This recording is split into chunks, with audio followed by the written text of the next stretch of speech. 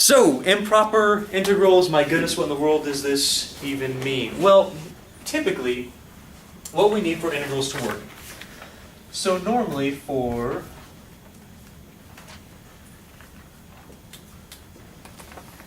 any sort of definite integral from like a to b of some function, what has to happen for this to exist for us before right now? For this to exist and us not have any problems with it, f of x must be bounded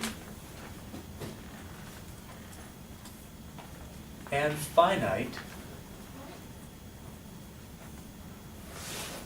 on the interval a to b. That had to happen. What that means is that if I give you some curve, right? And I say, remember what an integral means? What's a different integral actually mean for us? The area under a curve. Good. Area under a curve between here and here. Basically, it says if I want to find the area under a curve of this curve from these between these two numbers, our curve can't do weird things like between here and here go up forever. Well, that doesn't really make a lot of sense. Or it can't go up like this forever and have an asymptote. Or there can't be holes or weird things that happen. Basically, it says it's got to be bounded, doesn't go up or down forever. It's got to be finite, can't continue on in one direction forever. So basically, it's got to stop, it's got to start, it's got to stop, and it can't do crazy things in the middle. That's really what this sort of thing means. Do you guys understand the idea of bounded? It has upper limit, has a lower limit. It has right side limit, has left side limit, A and B. So basically, anything that's not like this is called an improper integral. We're going to study what those scenarios are and how in the world we're going to deal with them. So now, we're going to talk about two basic scenarios. So here, in section 7.6, we talk about these two cases. Case 1. Case 1 happens, well, suppose if you had an integral, you had some curve, and we said, here's our curve. Our curve goes like this forever. And I say, I want you to find the area under the curve from A to, and I don't give you a stopping point. If I did this, check it out. If I said A to B, from A to B, this would be fine. We'd have a curve that's bounded above and bounded below. Above by the curve, below by the x-axis. We'd have a starting point, we have an ending point. That's what this would say. It's bounded and it's finite. That would be cool. Does that make sense? But if I say, no. Now what I want you to do is take this function f of x, and I want you to find the area under the curve from A to infinity and beyond. Well, just joking. Forever and ever. Can we do it? Well, the problem is, the answer is yes, we can. I'm going to show you how to do that. The problem is, this no longer falls into this. It's bounded, sure. It is bounded. Do you guys see what I'm talking about being bounded? It doesn't go above a certain number. It doesn't go below a certain number. It's going to be asymptotic to the x-axis as x approaches positive infinity. But it's not finite. It starts at A, no problem. But it doesn't end. So it fails these conditions of being a normal definite integral. That's what makes it this idea of an improper integral. Do you guys get the idea of an improper integral? It's not finite, it's going forever. And likewise, I could go to negative infinity if I wanted to. So I could go this way, but this case is going to cover both of them. Or case number 2. Case number 2, so case 1 was the interval is infinite.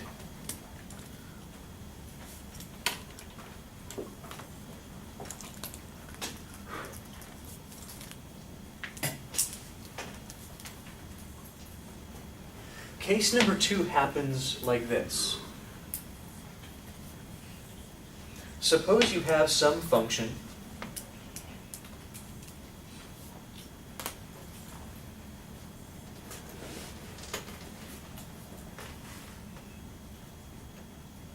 this is just for an example here.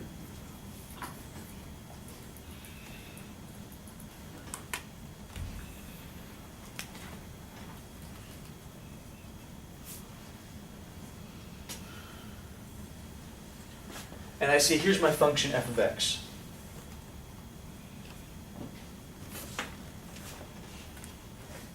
and I ask the question, hey, can you find me the area under the curve from a to b? Can you find the integral, basically, of this function from a to b? Can you do it? No. Well, let's see what happens here. Is the interval finite? Yeah. Interval starts at a, interval stops at b. That's cool. It's a finite interval. Does that make sense to you? Is the function bounded? Is the function between two actual numbers? That's no. We have a top bound. Top bound would be whatever that number is. But the bottom bound, it does not exist. This function goes to negative infinity on the y-axis. That's an issue right here. So case one is, well, if the interval is infinite, we have a situation, it's not a proper integral. If the function's not bounded, so here f of x is not bounded,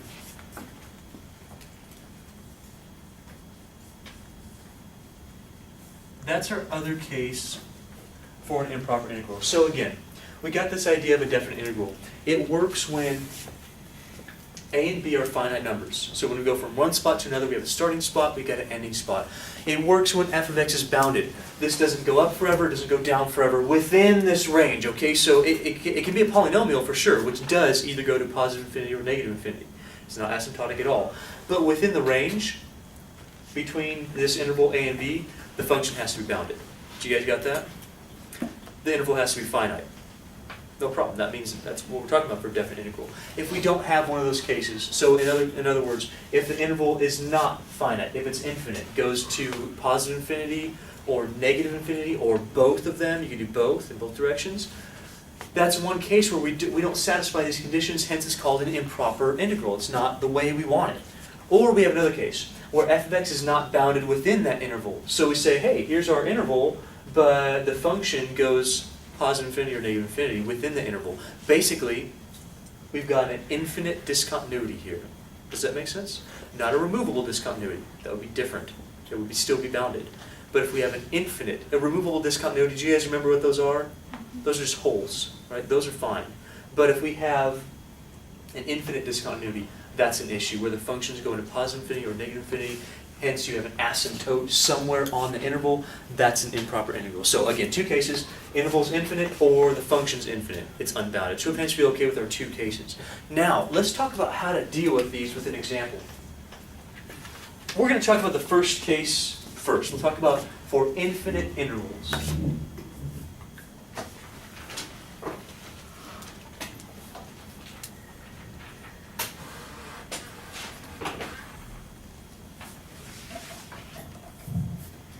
For infinite intervals. Let's do it with an example.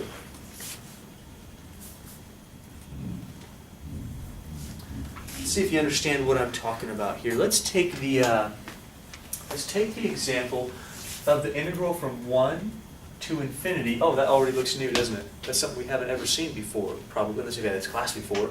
You've never seen this before. Of 1 over x squared dx. Now, of course, this is the first time we're going through this, so I'm going to really teach it to you, try to make you understand what's happening here.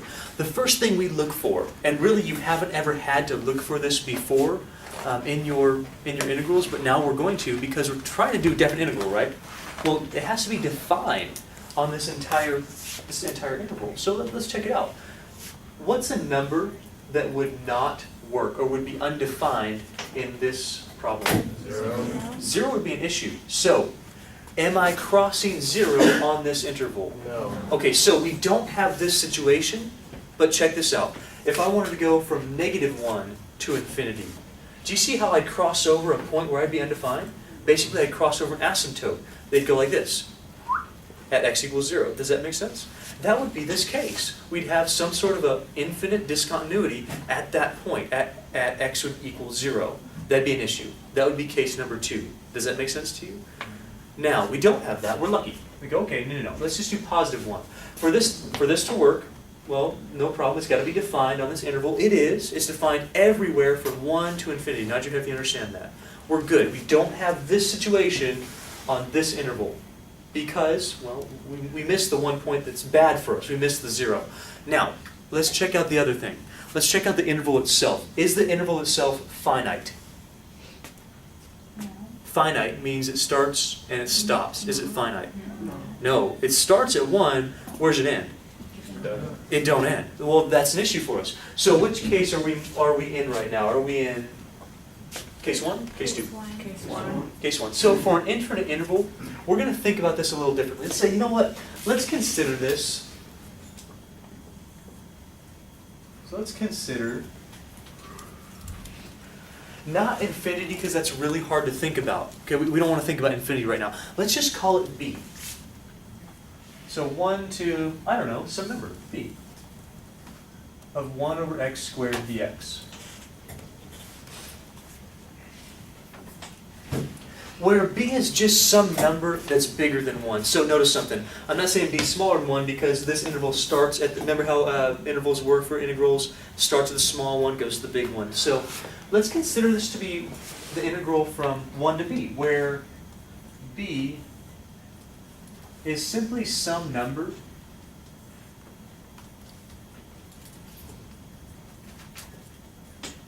bigger than 1. Basically, bigger than where we're starting at. Well, if that's the case, here's our picture.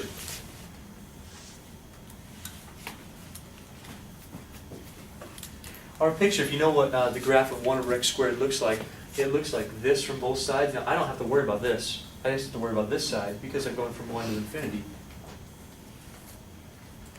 Our graph basically looks like this, where we're starting at 1.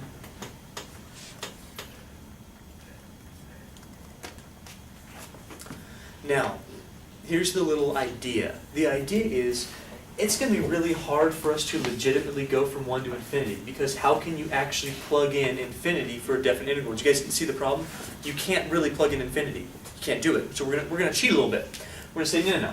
Let's not go to infinity. Let's just go to b. Now, since we're starting at 1, b's got to be some number bigger than 1. Does that make sense? So let's call this b over here somewhere. 1 to b. Well, then what our integral represents is this area from 1, the area under the curve from 1 to b, where this curve is 1 over x squared. So if you guys feel okay with that so far. I really do want to make sure you get the idea, not just be able to do it, but understand it. So the idea is, if we have an interval from 1 to infinity or negative infinity to some number, let's break this up a little bit. Let's not go to infinity. Let's call the infinite bound here, let's call it b, or if it was negative infinity, we'd call it a down here. Let's call it something. Well, maybe we go ahead and we do this integral the way it is now. Instead of plugging an actual number like 4, we're just going to plug in the b, and then we'll deal with it later. So we know that we can write this as not 1 to infinity, but 1 to b. b is some number just to the right of 1. We're representing this area right here. That's what we're doing. Quick head nod if you're okay with that so far. Let's go ahead, let's see if we can do this integral. I'm just going to rewrite it. So 1 to b, how would I rewrite the integral of 1 over x squared to actually do the integral? What would I do? Yeah. By the way, don't start doing silly things, hard things when you have easy integrals. Don't be doing weird things like partial fractions. I have 1 over x squared, partial fractions. No, don't do that. Okay? Don't make things harder than they are, which some of you have a tendency to actually do. Okay? So make the integrals as easy as possible. We know all the integration techniques right now, just so you know. We got them all. Now we're just applying them. Well, all for us. Can you do the integral? Sure. What is it? Don't all talk at once. I mean, that'd be rude. Okay, x to the negative 1. I mean negative 1. over negative 1. Now, of course, with definite integrals, we evaluate these things. Well, we're going to change this around a little bit because right now it looks kind of nasty, but we're going to change it around. Where's this integral start? Interval start? Where's it end? Yeah, and we're calling it b. Really, it's going to be infinity, but we'll deal with that idea in just a second, okay? Let's rewrite this. So this is going to be negative 1 over x from 1 to b. Isn't it nice to deal with some of these easy integrals right now after doing all that stuff that we just did in this chapter? Can you evaluate negative 1 over x from 1 to b? Yes. What's it going to be? Good. We plug in the top number first. Minus what? Negative 1 over 1. Okay, let's clean it up. Negative 1 over b plus 1. Show of hands feel okay with that so far? That's easy, right? I mean, we've been doing this from Calculus 1. This is nice. Now, here's the issue. Like a 10-second recap. 10-second recap is, this is improper because it's not a finite interval. This is cool because it is bounded on that interval. That's good news. That's the good stuff. So, bounded, yes. Finite, no. Infinite. Call the infinite portion of that, call it B, or call it A. Call it some letter. Usually we use B for positive infinity. We use A for negative infinity because intervals go from A to B. That's why. So call that B. All right, no problem. What B is some number bigger than 1. So since our interval is starting at 1, B's got to be to the right of that. And what our integral represents here is the area under this curve from 1 to B. No problem. That's exactly what this idea is about. Do your integral, plug in the B, plug in the 1, simplify it, but then let's think about what's happening. Now, when we did this, what did we substitute the B for? So, what do we want the B to go? Where do we want the B to go?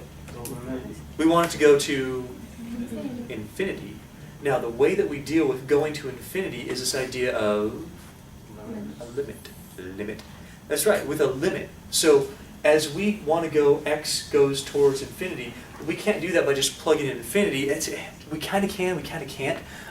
We can because that's really how we're going to evaluate this thing, but the way we need to evaluate it with is a limit. So what we do now is go, where's the B go? Well, since we want B to approach infinity, we do that with a limit. So now we'll just let the limit do its work. So we're going to do a limit as x, sorry, I made a mistake. How did I make a mistake? It's not x approaching infinity, it's b. The b is what we substituted in for our infinity. So now we just got to substitute it back. So b goes to positive infinity, negative 1 over b plus 1. Well, now hopefully it makes some sense. Let's let b go to infinity. What happens if b goes to infinity here?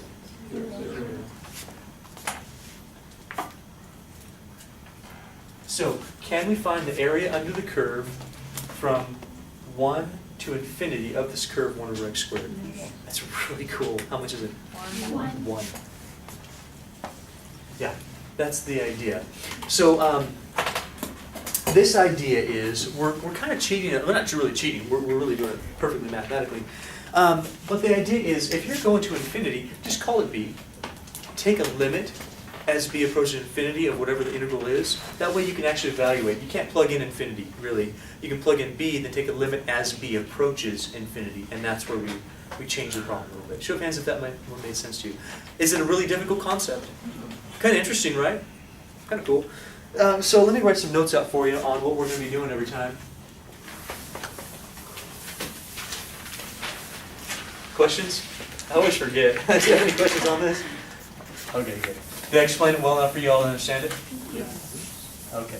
We'll deal with the unbounded version probably another time. But so here's what we know, some notes. Let's say we had an integral from a to infinity, or we have an integral from negative infinity to b of some function.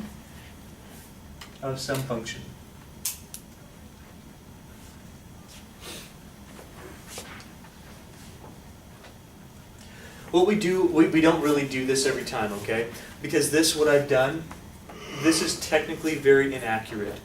Because what I'm calling this is b, but I haven't said anything that b is going to infinity. Does that make sense to you?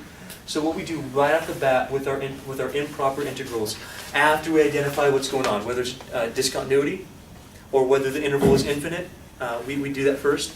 Then we go ahead and we write out the limit right now. You see, if we're going from a to infinity, then what I'm going to do right now is I'm going to say, which is the problem, by the way? Is it the a or the infinity? Infinity. So I'm going to say a to b.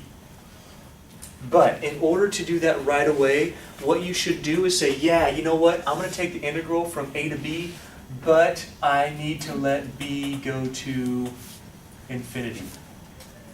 If it seems trivial to you, it's not. You're defining what's happening to the b. You have to do that. It's not that I just get to randomly plug in a b, figure it out, and then plug in infinity. You can't do that mathematically. You do that with a limit. So we say, no, we don't get to plug in infinity. Really, what we're thinking about is this b, it's approaching infinity. It's getting really close to it. It's plugging in bigger and bigger and bigger numbers until it makes no difference anymore as compared to infinity. Does that make sense to you? So it's not a trivial idea. It's, sure, call it a b, but then define what's happening to b.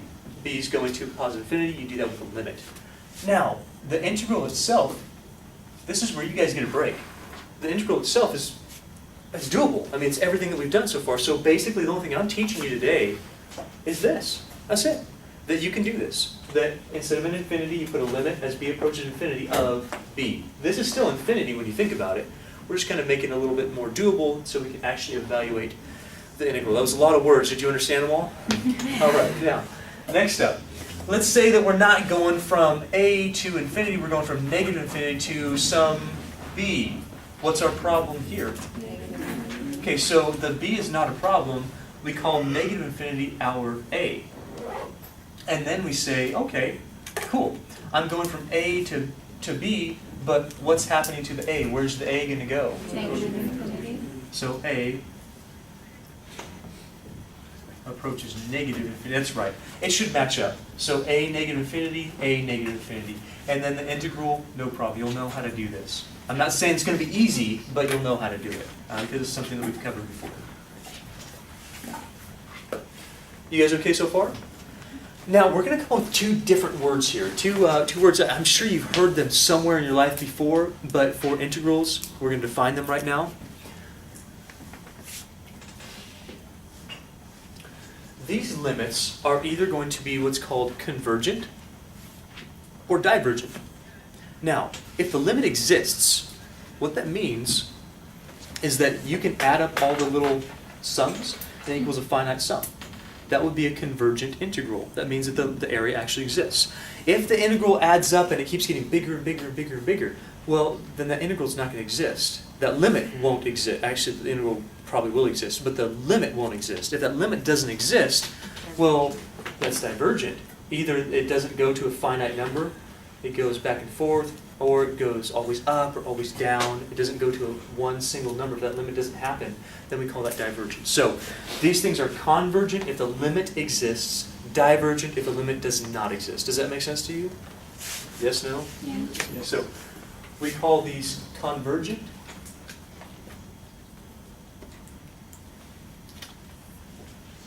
If limit exists. We'd say it's divergent if the limit does not exist.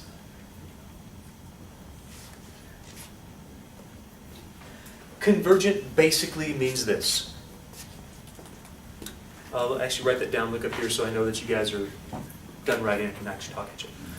Convergent basically means this. It means that the area that you're adding keeps getting smaller and smaller and smaller and smaller as you're approaching infinity or negative infinity.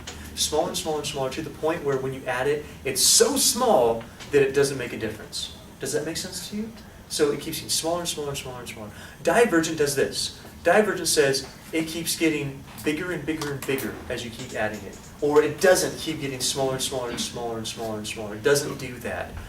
Or there's no pattern to it. It's bigger than smaller, than bigger than smaller, than bigger than smaller, something like that. So then the limit will tell us that. So don't worry too much about it. Basically the idea is if the limit exists, it's going to be convergent because that idea is happening. It's getting smaller and smaller and smaller, quick enough. If it's divergent, if the limit doesn't exist, that means it's not happening. So we're getting bigger areas, or we're getting areas that don't go back to one single number. It keeps getting bigger and smaller, bigger and smaller. Does that make sense to you? Okay, would you like to do some examples? Of course you would. So let's do some. Thankfully, these examples won't take 30 minutes 30 minutes an example. They're fairly quick. Question. Question. Just kidding. Was it on this? I'm just kidding. Oh, you were joking. Funny guy.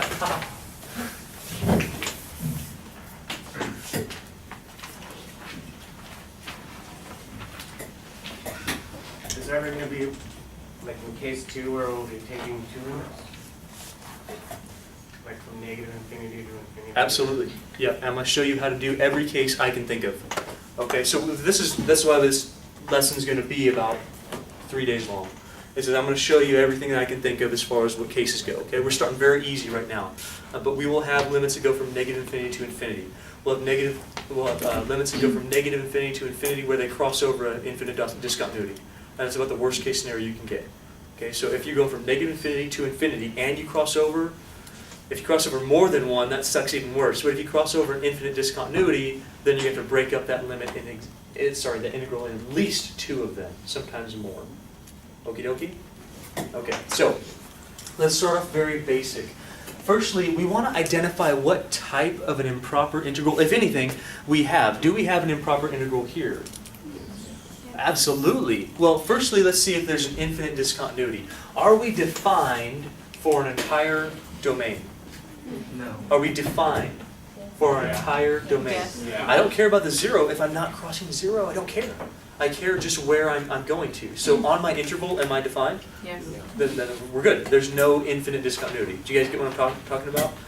How about the interval? Is the interval finite or infinite? Infinite. So what that's called is an infinite interval. That's one of these improper forms. So if we have an improper form and an infinite interval, let's write out exactly what we're going to do with it. So tell me, how should I rewrite this problem so that I can do it?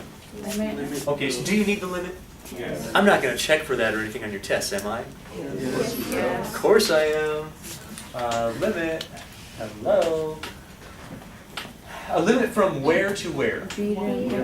Oh, say that correctly. From where to where? 1 to A. 1 to, B. All right. and then B goes to where? Perfect. Do we change this? No. Pull the 3 out. Yeah, you can pull the 3 out. Absolutely.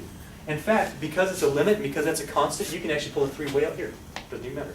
Pull it here, don't care. Wherever you want to go. Does that make sense? So we can pull the 3 out for sure. Can you do this Yes. integral? Yeah. They're all going to be doable. Yeah, of course, for you. So we have a limit. We have B approaches infinity. I got to warn you in this section, because we've covered all of our integration techniques, I'm going to be doing a lot of them pretty quickly, because I'm going to assume that you have studied the previous 4 sections that we've done in integration techniques. Okay, so I'm going to cut some steps out. Just for the sake of time, because we're going to get some integrals that are kind of nasty, you know, and I'm not going to repeat all those techniques that we just learned. I'm going to use them. Here, well, this is a pretty basic one to begin with. So what's our integral going to be here? 3 ln. Absolute value x. Oh, absolute value. Did you get that? From where to where? 1 to b. Now, be smart about the absolute value. Look at your interval. Your interval goes from 1 to infinity. Tell me something about all those numbers. They're all positive. So your absolute value is kind of irrelevant here, but you need to show it. So in our case, we've got a limit. Do you remember something about limits, how we always write them until the very last part where we actually get to evaluate them? Same thing happens here. So we will have 3 ln b minus, and you can do this a couple ways. You could pull the 3 out and have a bracket here, or you could have 3 ln b minus 3 ln 1. It really doesn't matter as long as you have the 3 in the appropriate spot in both places or being factored out. Make sense? Some algebra. So I'll probably do it like this because I don't want to have to write the 3 again. I'll do 3 times ln b minus ln 1.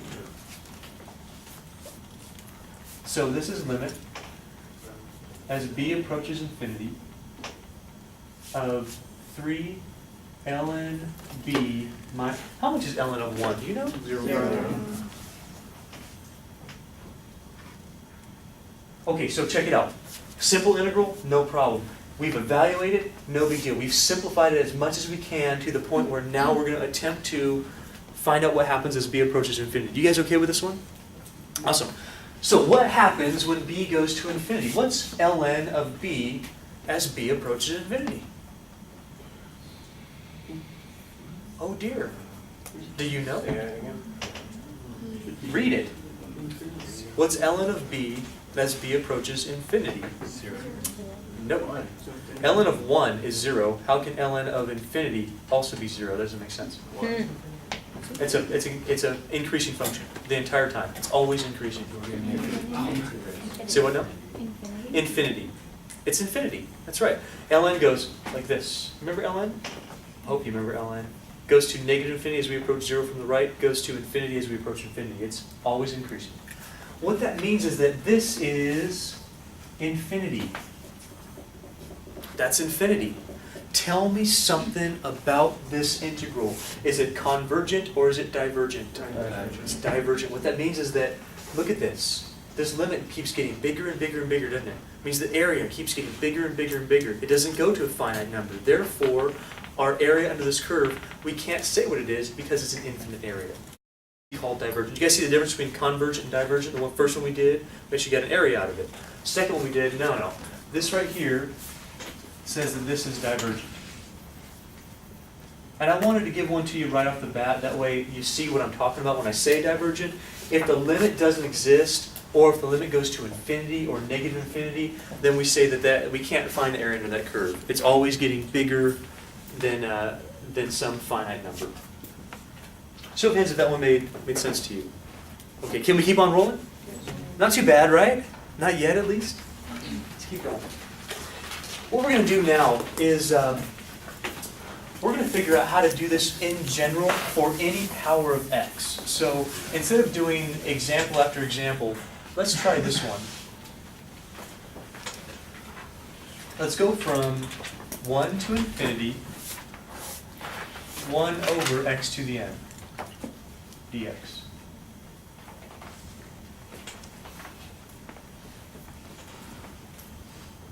You know what, I'm guessing that most of you can probably help me out on this one.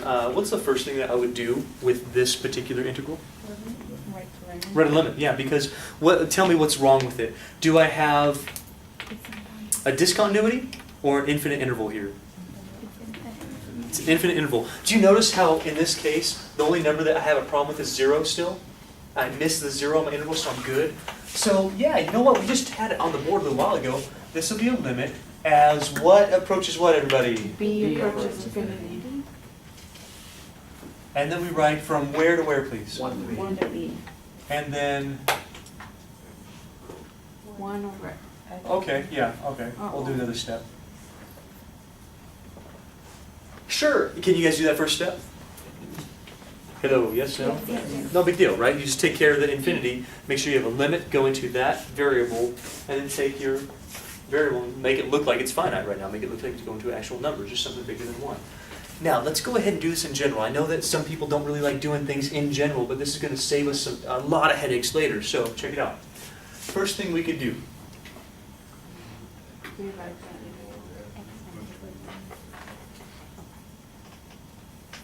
Always, it's going to get annoying, I know, but you always got to write the limit. You always have to do that until you actually evaluate it. So do not neglect that. Are you listening?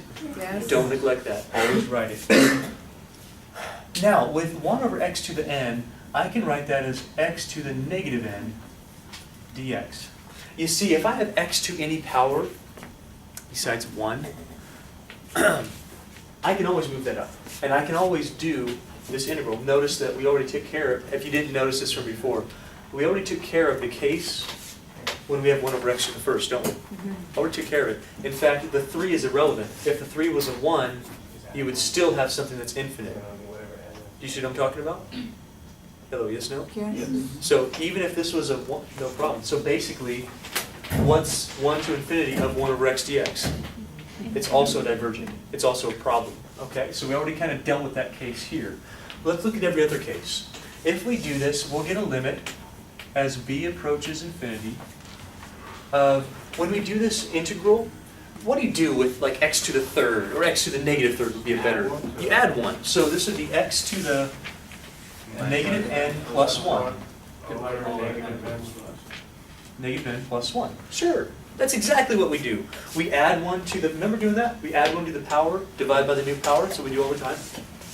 And then we evaluate it from 1 to b. Well, if we evaluate it from 1 to b, we have a limit as b approaches infinity. Tell you what, I'm going to change this around because I like the look of 1 minus n better than negative n plus 1, just me. We're going to have, remember where the b goes. The b is going to go in terms of not n, n's going to be a constant, okay? B is going to go in terms of x. So this would be b to the negative n plus 1 over 1 minus n minus 1 to the negative n plus 1 over 1 minus n.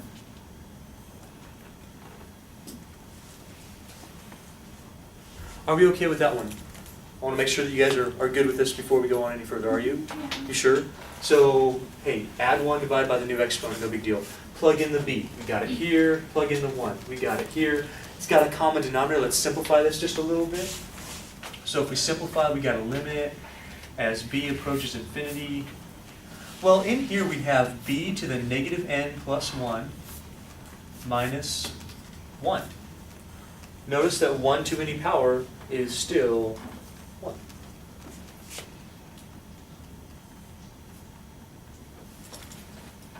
Over 1 minus n. You know what we can do? Also, anytime you don't have the specific variable that this is approaching, the specific variable is right here, like b, you can pull out everything in front of your limit. So I'm going to pull out the 1 over 1 minus n. You can rationalize this because, well, n is going to be a constant, isn't it? So this is always going to be just a fraction. Pull out the fraction.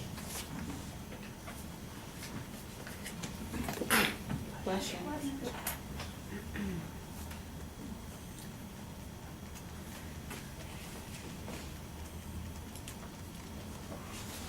Now, let's see how I want you guys to see this next.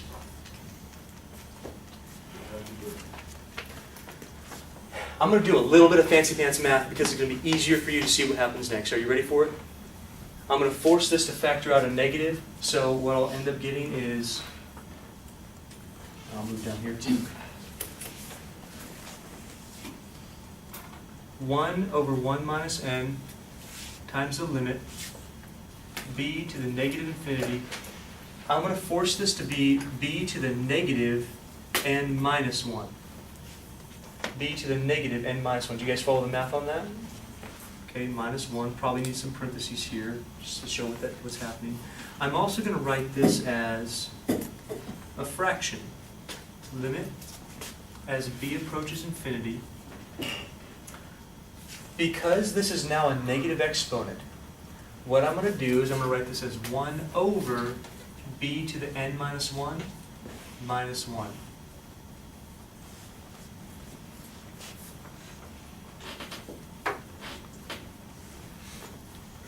We okay with that one? Are you sure?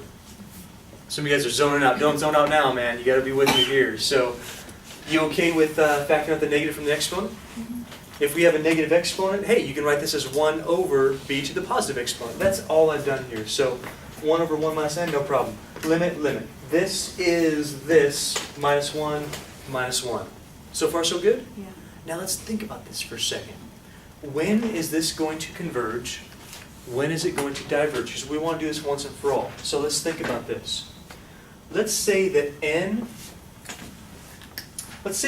is, well, how about we get n is 1?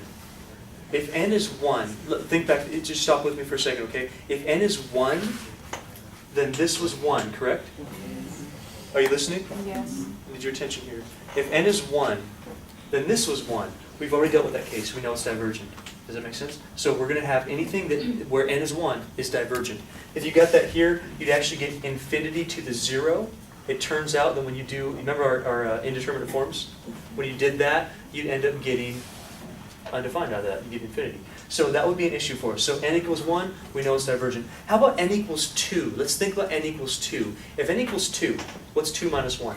1. This would be like infinity to the first power. That's infinity.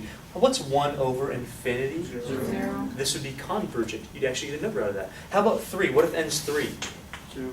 Same deal. Or 4? Same deal. Or 5? Same deal. Now, we already did the 1, correct? What if n was 0? Or negative 1? Or negative 2? If n is 0, we'd get 0 minus 1. How much is that? Negative 1. So basically we have b to the negative 1, wouldn't we? that would be b to the first up here. That would be infinity. Do you guys get what I'm talking about? So we get this statement. I'm going to write it right up here. So from all this stuff, we know a couple things. So,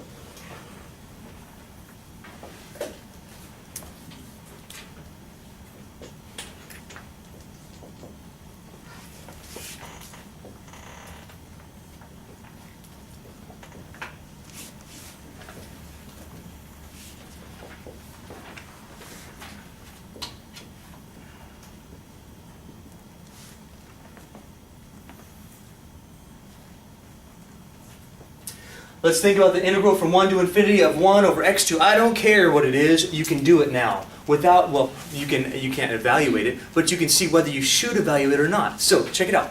Let's say that x was to the first power. We already dealt with that. That was divergent. Let's say x was to the second power, so n was 2. We talked about that. That would be convergent, or 3, convergent, or 4, convergent. Basically, this is convergent if n is greater than what number, please? 1. 1, yeah. Not equal to 1, but greater than 1. If n is 2 or 3 or 4 or 5 or 6, then we have infinity to the positive power.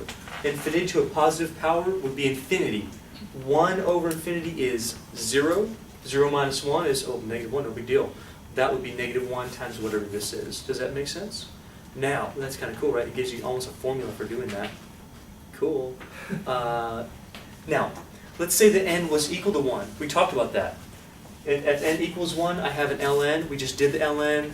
That diverged. If n is less than 1, if n is less than 1, we have 0, or negative 1, or negative 2. We get b to a negative power. Is that, are you with me? B to a negative power is the same thing, under 1 is the same thing as b to a positive power by itself. Infinity to a positive power is infinity. Infinity minus 1, I don't care what you do, it's still infinity. That's an infinite limit. That limit is not going to exist for something that's going to be convergent. So, basically, this converges if n is bigger than 1, diverges if n is less than or equal to 1. That's the idea. So, here's what I'm trying to tell you. If I give you this, should you bother to find out whether this thing has a limit or not? Yes. Absolutely, because that's a positive exponent. That's that n equals 3. No problem. It's bigger than 1. But if I give you this one, would you bother? No. Heck no. You know automatically that's going to be divergent. For sure. Don't even worry about it. Just say, oh, look at that. N's less than 1. Hello. Divergent. Or if it equals 1. If it's that, you go, don't even need to worry about it. That's going to be divergent. You with me? Mm-hmm. Okay, so that's kind of a nice little thing that we can do here. Just look at that. Did it make sense to you, this whole explanation? There's one more thing I was going to say. I don't remember what it was. It must not have been that important. Oh, yeah, I know what it was. What that basically says is that because all of these negative powers are going to be divergent, change that into a positive, and what you end up getting is x to the 4th dx, don't you? You get a polynomial. Do you realize that if I take an integral from 1 to infinity of any polynomial, polynomials don't have negative powers, okay? Any polynomial. Polynomials go like this, they go like, or they go like this. That's their end behavior. It's either positive infinity or negative infinity. Are any of those limits going to be convergent for us? No. They're going to exist, but they're going to be positive infinity or negative infinity. They're not going to exist to a finite number. Therefore, these integrals will all be divergent. Does that make sense to you? Okay. We're going to stop there. We'll continue with this next time. All right, let's get started on our next example. The next example is another case of where we have these infinite intervals, where we're starting at a number or we're starting at infinity, but we have one section that's defined, like one part of the interval is defined, and one section that's not. So here we have, yeah, we're starting at 1, but we're not ever ending. We're going to infinity. Do you remember what we do right off the bat when we have a scenario like this? What's the idea? It's a limit, that's right. So what we're saying is that no, we really can't go to infinity the way we want to because we can't really plug in infinity since we don't know what it is. But what we can do is we can say, all right, well, I know I can take a limit from, what's our problem here? Is it the 1 or the infinity? Infinity. Yeah, of course it is. The 1's great. the infinity, we call that some letter. We typically call the upper bound b and the lower bound a. So if your infinity is in the upper bound, call it b. And then what we say is, all right, well, this is fine. This now becomes something that we can use a definite integral for, where b is a number. The limit idea says, okay, now you're going from 1 to some number bigger than 1. This is the idea. Then the limit says, okay, now take that number that you're going to, where we call it b, and move it forever to the right. So move it forever towards infinity. And that's why we have to have this limit here. And then the rest of the integral, well, that doesn't change. After that, the nice thing about these, well, we know integration techniques. That's what we spent all this time doing, which is fantastic. Question? If we just avoid writing that to the end, is that technically incorrect? Yep. Okay. Yep, you have to write the limit. You have to have everything I'm showing you is what you need. Because if you just go from 1 to b, that doesn't make sense. Oh, I meant just avoiding the b altogether until you do the actual.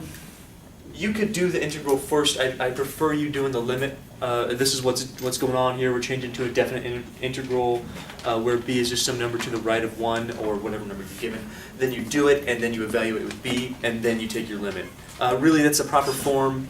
Super big deal for some people. I don't know. I'd like you to do it this way, though. Okay? So, continuing. Can we do an integral like that one? Hello, can you do the integral? And that's pretty easy. What are you going to do with it? Too bad. I deal with a lot of people who come up with questions going, man, how do I do this? And I'm looking at them, man, you guys are making this way too hard. Way too hard. Start with the easy stuff. Calculus is supposed to be, well, how can you make it easier, all right? So when we look at this, we're not thinking integration by parts right off the bat or whatever. We're thinking, well, do basics. Is it in your integration table? Well, no. Can you do it with a U sub? Yes. Yeah, do a U sub then. Do something simple if you can. So with us, we go, okay, cool, well, we can do U sub. So U equals negative 2x, du equals negative 2 dx, or du over negative 2 equals dx. Something really nice. What that means is we get the limit. Forgot the limit. We get the limit as b approaches infinity of the integral from 1 to b. What's going to be on the inside of our integral? E to the U. E to the u. That's right, e to the u. And then dx, no, we got du over negative 2. This is actually kind of a pleasant break for us as far as dealing with some simple integrals, isn't it? Kind of nice, where we know how to do these. They don't take 4 pages for one problem. What are you going to do now? What do you think? Okay, so you know what you can actually do? I don't know if you know this, but you can bring that negative 1/2 to the front of your integral, but you can also do it to the front of the limit. So whatever you want. If you want to bring it all the way out front, you just do negative 1/2 times the limit as b approaches infinity. I'm also going to do the integral. So we pulled out the negative 1/2. What's the integral of, remember this would be gone, right? This is our negative 1/2. What's the integral of e to the u? E to the U. I love that integral. And then where are we evaluating? From 1 to B. Yeah, 1 to b. Notice how if we pull out that negative 1/2, it makes what we're evaluating just a little bit easier. It's kind of nice. We don't even have to worry about that. It's just going to be negative 1/2 times the limit. Quick head nod if you're okay with that so far. Now we get to evaluate. So what we know is that we're going to have negative 1/2 times the limit as b approaches infinity. Let's evaluate. What goes first, the 1 or the b? E to the b minus e to the 1. Now, if you're going to do these correctly, you do have to be very good at understanding what's happening to these functions as you approach infinity. Some of you struggled with this when we dealt with limits the first time. Would I mess it up? What about, the U substitution? Oh, my bad. It's actually going to matter here too. I got all wrapped up and talking about infinity. I forgot my substitution. Yummy, I was just testing you. You passed. Fantastic job. What do you do here then? Okay, yeah, so before we evaluate, you should have caught me earlier. Thanks a lot, guys. Limit of e to the negative 2x. Yeah, good. Why is that important?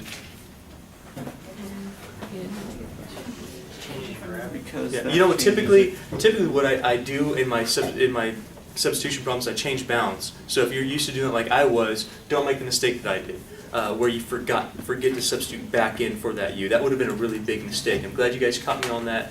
Did everyone see the mistake that I made? Okay, it's on video. Watch it again. You can see the mistake that I made. All right. Yeah. Make sure that you're actually doing that substitution back, because if you haven't changed your bounds, that's a must. You have to do it. So very good job. Nice catch. So -1/2 limit as b approaches infinity. What we end up getting is e to the -2b minus e to the -2.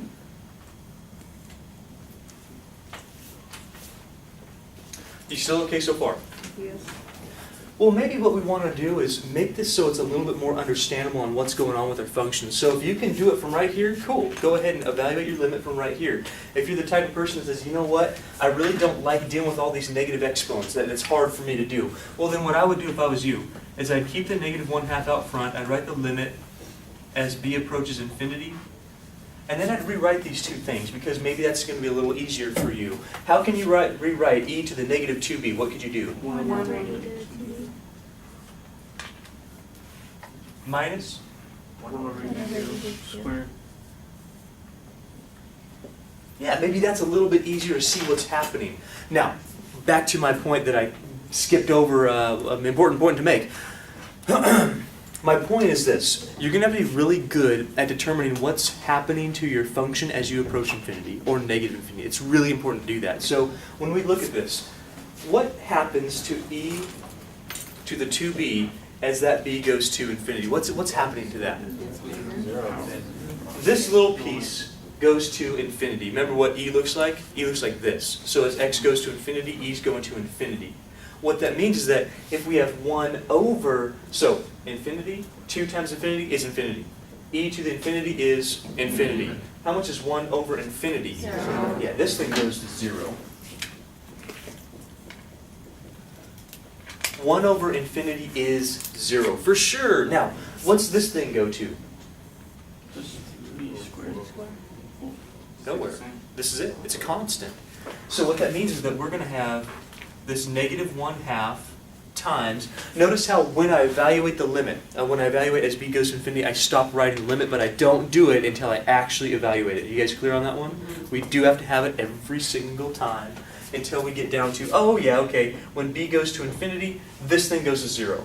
Then in here we have what? 0 minus. Okay, 0 minus 1 over e squared, which is equal to, let's do it, -1/2 times 0 minus 1 over e squared. How much are you going to get? Negative positive. Which one? Positive. Positive. 1 over 2 e squared. What I find just amazing about this is that what we really did here is we found the area under a curve. What curve? This curve. We found an area under this curve from 1 to infinity. So starting at the number 1 and going forever, and we got a legitimate area underneath that thing. Isn't that interesting? It means that we're getting so close to probably 0 as we go to, or some numbers go to the right, that it doesn't make any difference when we add that. That's cool to me. I don't know why that's cool, but it's so cool. Is it cool to you that we can add something up from 1 to infinity and get an actual number? By the way, did the example make sense to us? Good. Do you guys want to keep going? We're going to make it a little bit more difficult as we go. Well, not more difficult, but more involved, I suppose. I want to give you some different cases. So let's continue. So I guess long story made real short, the integrals are going to be very similar to what you've done before. The only idea is you need to identify what type of improper integral we have, whether we have an infinite interval or an infinite, emphasize the wrong syllable, an infinite discontinuity there. So whether we have a discontinuity or infinite interval. So in our case here, when we get this one,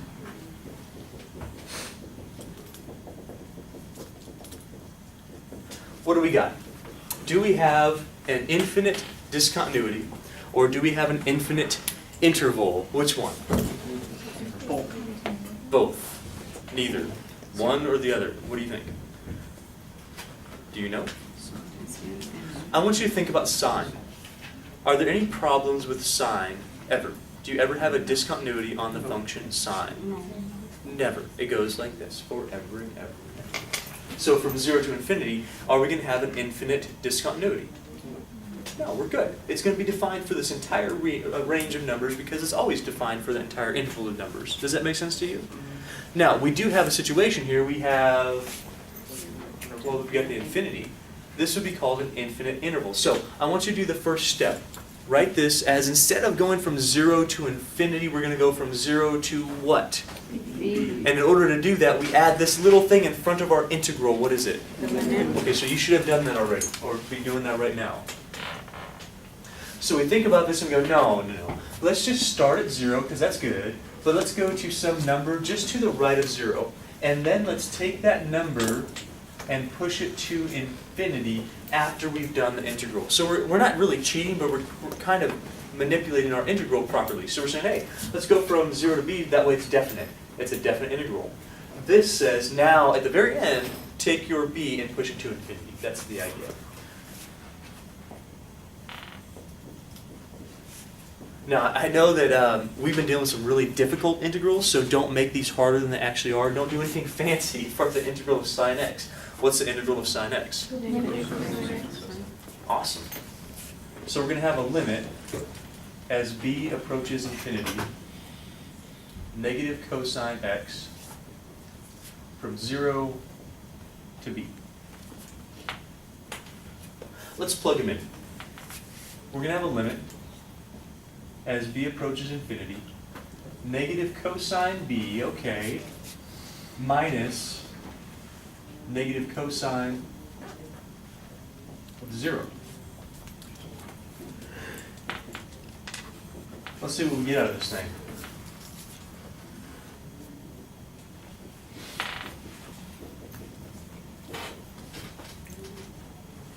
So negative cosine b plus cosine 0. Let's start with the easy part. What's cosine 0? How much is that? So we know this is going to be equal to 1. Now, think about negative cosine b. Think about just cosine b. What is cosine b as b approaches infinity? What is it? Keeps going back and forth.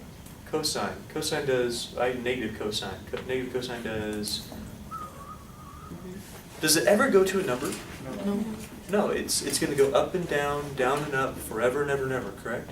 So my question is, as b approaches infinity, does cosine b ever go to a single number? No. Goes through lots of numbers, goes from a range of -1 to 1.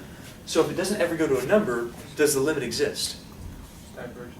It's divergent. This limit doesn't exist because cosine does this forever. It doesn't ever go to 1 or -1 or some number between there. This is a DNE type of limit. If you get a limit that does not exist, what do we know about the area here? What do we know about that? Is it going to be a convergent integral where we can find an area, or a divergent integral where we can't find the area? So this is what I meant about those cases. So where we had convergent or divergent. If we have an integral that equals some function that when we evaluate we get a single number, like we did here, this would be convergent or divergent? So if the limit exists, it's actually equal to a valid number, like this one. We have an integral that's convergent. Our improper integral would be convergent. Show of hands, feel okay with that idea. Convergent means the limit exists. If you get an integral so that when you evaluate with our limit here, we get something that doesn't exist like this one, it doesn't actually get to a number, or something where we have infinity or negative infinity, that's when we get this divergence. So there's basically 3 cases. The cases are, we get an actual number with our limit, we're good. That meant convergent.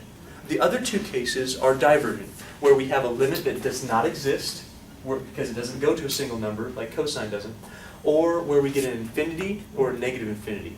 That limit, it exists, kind of, but it's not an actual number that we call convergent. It's just ever growing or ever decreasing. Show of hands, feel okay with the idea. Okay, so here we'd say this integral is divergent. You know, you might have guessed that just by looking at the function itself. Look at sine. Does sine ever go to a solid place? really. It's always going back and forth. So if you thought about what integrals actually mean, integral means area under a curve. So if we're thinking about, hey, you know what? I want you to find the area under the curve from 0 to infinity of sine. You're going, all right, well, does it mean area, then very little area, then more area, then very little? What's going to happen there? You know, it's going to go forever like that. You're never going to be able to tell me how much the area actually is. So far, so good? Okay, cool. Have I explained these two well enough for y'all to understand them? You guys have any? I'm going to ask you now before I erase them. Any questions on these before we get going? Okay, so it doesn't exist, it's divergent. If the limit does exist, it's convergent. We're good to go. We can actually find the area. That's very cool. Let's continue.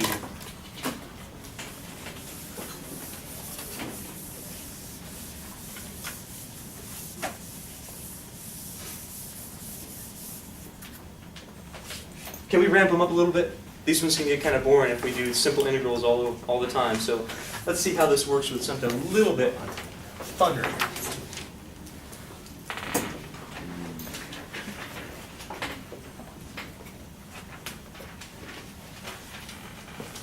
Okay, first duty. First duty we got is to define what type of... Are you laughing because I said duty? You guys watch too much Scrubs. Anyway.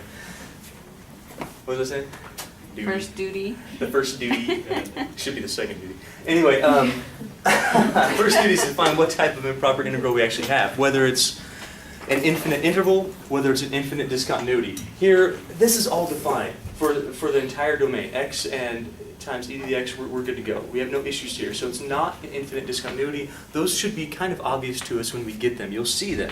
What we do have is an infinite interval. We actually start, though, at negative infinity. So we're going to do something very similar to this idea, only I'm not going to be going from a number to b. I'm going to be going from, how would I write this? A. Okay, so because our lower bound is an infinity, I'm going to call that a. 0, I'm good with the 0. We're just going to go from a to 0. Does that make sense to you? Now, of course, we got to define what we're actually doing here. So, yeah, I can't just go from a to 0 and not define what a is doing. What's a doing? Approaching negative infinity. Good. Let's make sure we get that negative infinity in there. And that means the only way we can do that to let a approach negative infinity is with this idea of a limit. Quick head nod if you're okay with that one. So typically we call our upper bounds b's. We call our lower bounds a's if they are positive infinity or negative infinity respectively. After that, what's really cool, again, is that we know how to do all these integrals. So let's go through this integral. Right now is the time we'd go, okay, well cool, we define what's happening here. We now have a definite integral, and then we're going to let a go to negative infinity to take this idea of negative infinity to 0. But we just got to worry about this right now. So the integral of x e to the x dx. Let's go through what we know. Does it fit the integration table? Can you do a substitution with it? No. Could you do a substitution if I did this? Yeah. That would be nice. So that's what we would do in this case. If I don't have that, then no, we can't do a substitution. Can you do integration by parts? Yes, you can. It's a product. We can do integration by parts with it. So let's do integration by parts. What would you pick? What would you pick for? Do you remember how to do integration by parts? It's been a while. So this is one of those things that you should kind of do from time to time on your own, whether I give you homework or not, because we haven't really covered that in a long, long time, all right? But it is part of this chapter. So what would you pick? E to the x. Yeah, u is x. Remember how to pick u? You want to pick these u and v this way. You want to pick so that you can do the integral of what's left over very easily, and that the derivative, or that the derivative of u becomes easier. So here I'd say, hey, can you do the integral of x? I can, Yes. but it gets worse. It gets x squared over 2. I don't want that. Can you do the integral of e to the x? Mhm. And the integral of e to the x is? E to the x. Okay, that's nice. Can you do the derivative of e to the x? Yes. That's e to the x. Doesn't get nicer. Can you do the derivative of x? That's nicer. So our appropriate choice here is u equals x, and then v equals, the way I always teach this, I say, hey, cover up your u. V is the integral of whatever's left over.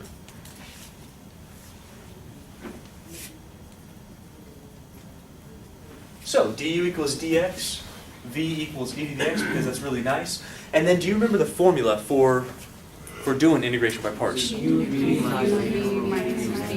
Honestly, I heard it was du. Okay, very good. Integral of v du. v du, very good. So So we have, you know the annoying part about this is we still have to write the limit, because that's really still what we're doing, okay? So we've got a limit.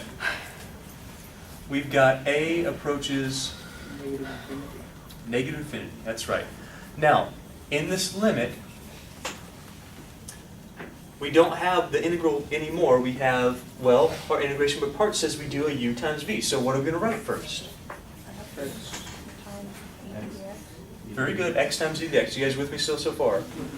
Minus the integral, V dx.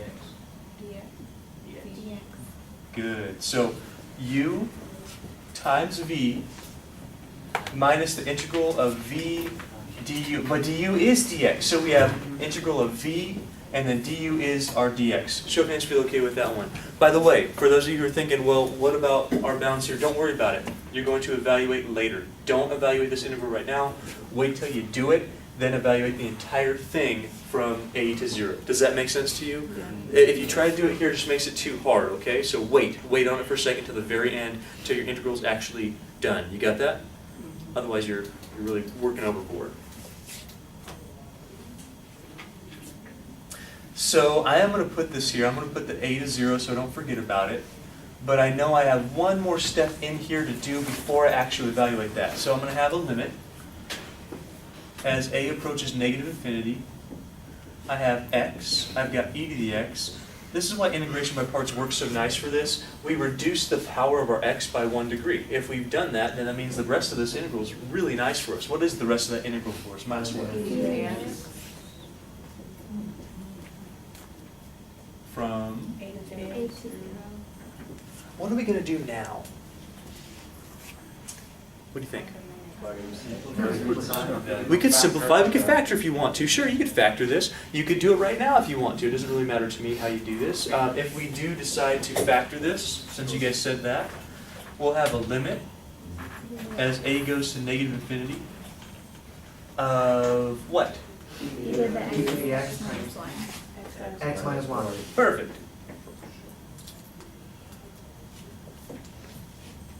Okay, well now let's go ahead and evaluate that. So, what we've done so far is first thing we do, we identify that we actually have an improper integral. We find out the type, whether it's the infinite discontinuity, we haven't even talked about this yet, or an infinite interval. If it's an infinite interval, no problem. We know how to do that. Let's just take a limit, and instead of the infinity, we'll make it definite for like the right now.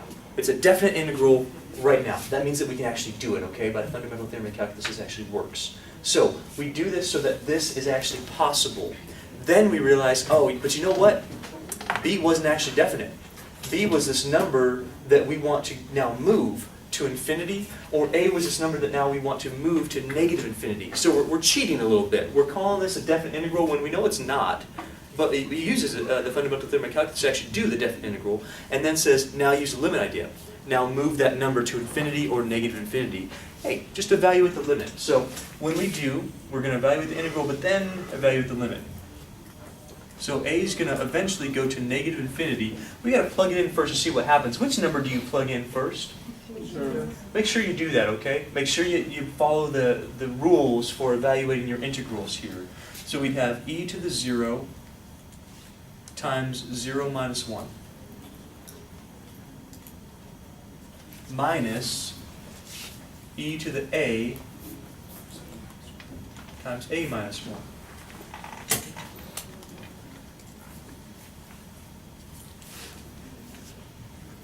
Okay, let's simplify some stuff here right now because I have no idea what's going on with this. I gotta simplify this because right now it's a little bit too confusing for me. Do you guys see what I'm talking about? A little bit too much going on. So, what can we do with this thing? E to the 0 is how much? 1. Good. 0 minus 1 is?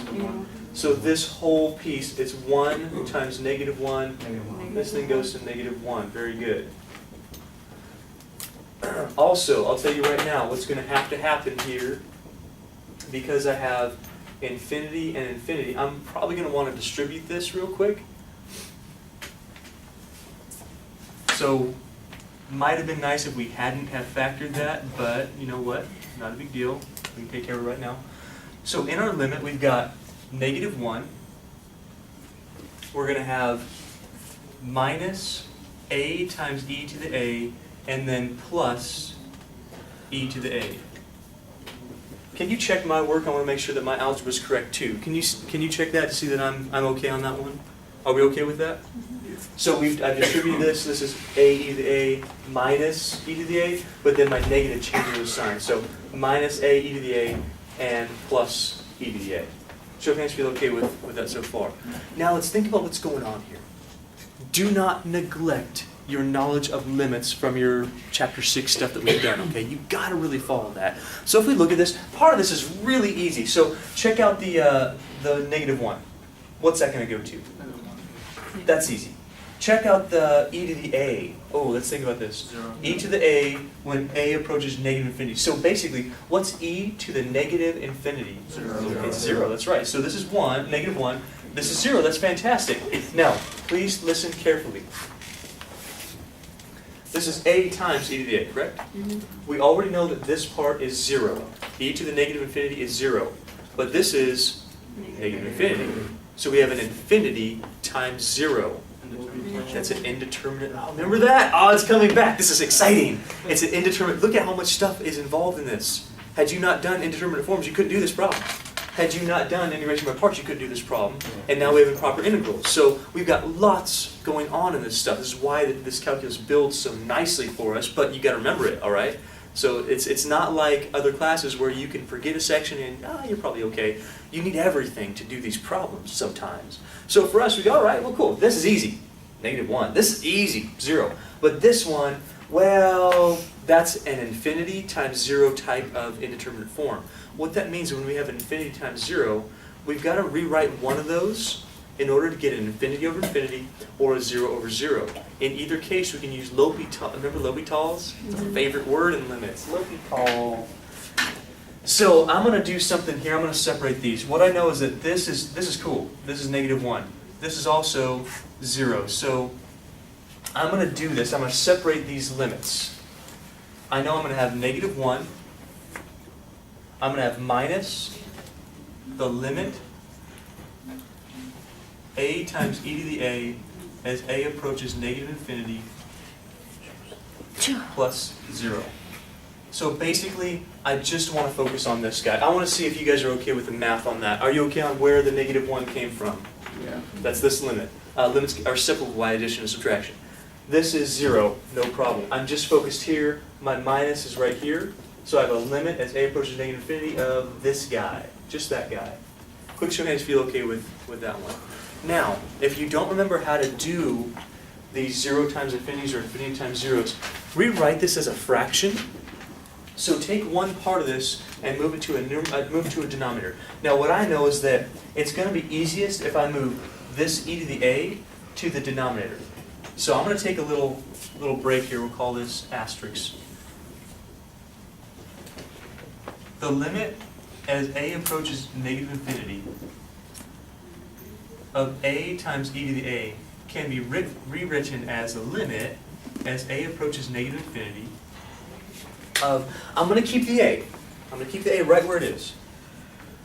But the e to the a, I want to rewrite that. Can you tell me how can I write a times e to the a as a over something?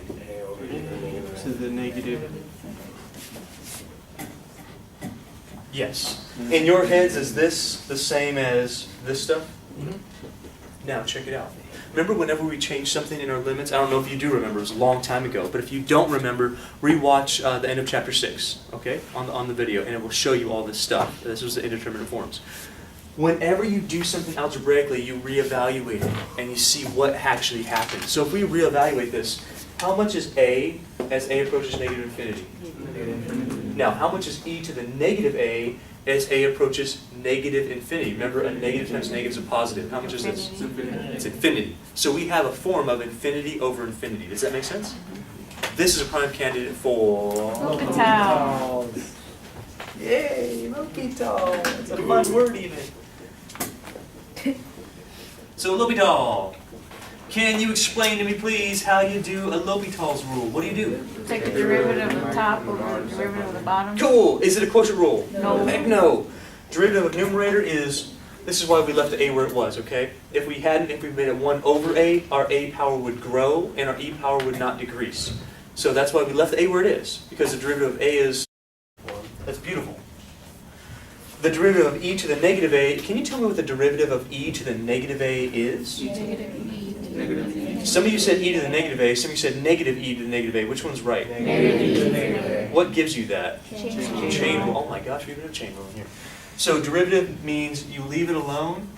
You leave e to the negative a alone, but you multiply by the derivative of whatever function's inside there. This is a function of a. Derivative of negative a is negative 1. Now, can you evaluate this limit? Now, Yeah. sure.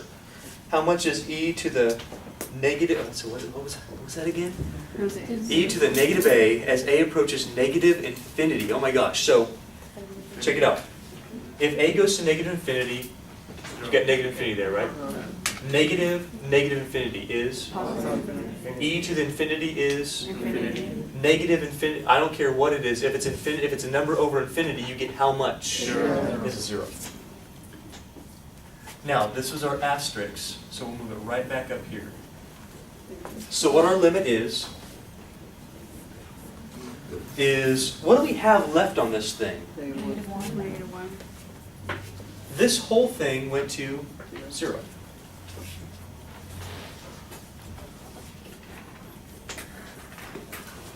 What's really, I don't want you to forget what we're actually doing, okay? A lot of people in calculus, they end up learning how to do this stuff, but not really what you are doing. What do we just do here? What do we find? Area under this curve from negative infinity all the way up to 0. And how much is it equal to? Interesting. That means it's below the x-axis. That's what that area means. The majority of it's below the x-axis. Show of hands, feel okay with this example. So we do, hey, infinite interval, no problem. Make it definite. Just define what's happening. This means that we can actually do the integral by integration by parts, or whatever we have here, integration by parts, saying, hey, u is x, v equals integral of the rest. Do integration by parts, u times v minus integral of v du. Evaluate that thing once you've done the complete integral, not right here, but after you've done the whole thing. Evaluate it, then simplify it, and then work with your limit. Haven't you covered all this stuff before? Yeah. Oh, and nothing's really new. Nothing. It's just putting it all together now. Sure you're okay with it? Okay. Can we move on a little bit? Do it. Finally on a roll. These problems don't take 45 minutes a problem like before, which is nice too. You're going to love that on your homework, I'm sure. Well, except for this one.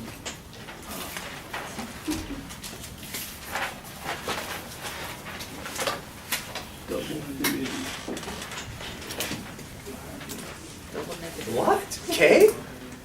Okay. K? Why? ¿Por qué? Why do we do this? Why do you want to murder us? Oh my gosh. Let's think it through. Let's think this through. First thing, are we defined, because we always check this first, okay? Look at your function inside of your integral. Is this function defined for your entire interval? If you say no, then you better give me a number that doesn't work here, and you better be right. So if you just guessed at it and said, because it looks funny, probably not the best thing to do, all right? So why don't you think about it? Is there anything that gives us a problem in this function? Is e to the x defined everywhere? Yes. Yes, so this is fine. Is e to the 2x defined everywhere? Yes. And if I add it to 1, do I have a problem in my domain? No. No, this is defined everywhere, but that's what I'm asking you to check. You got to be good with finding domain. This is why your teachers taught you how to find domain. So you go, oh, you know what? My domain here is all real numbers. Therefore, on my interval of all real numbers, I'm good to go. I don't have to worry about any infinite discontinuities because there are none on this function. I know I just talked fast, but did that make sense to you? Are you sure? There's nothing that makes this 0 or negative. Therefore, if this is always positive, it's being squared, so no problem, it's positive. If this is always positive and I add 1 to it, it's still always positive. It can't ever be 0. Can't ever give me any problems. This is always defined. They're both always defined, so my entire rational function is always defined for an entire interval. Now the problem is that, what's the problem here? What's our problem? Yeah, it's this idea of, oh my gosh, we've got this double infinite interval where I'm not going from negative infinity to a number like 0. I'm not going from 0 to a number like infinity. I'm going from negative infinity to infinity. So what in the world are we going to do? Split it. Yeah. You know what we're going to do is instead of thinking of this as one big integral,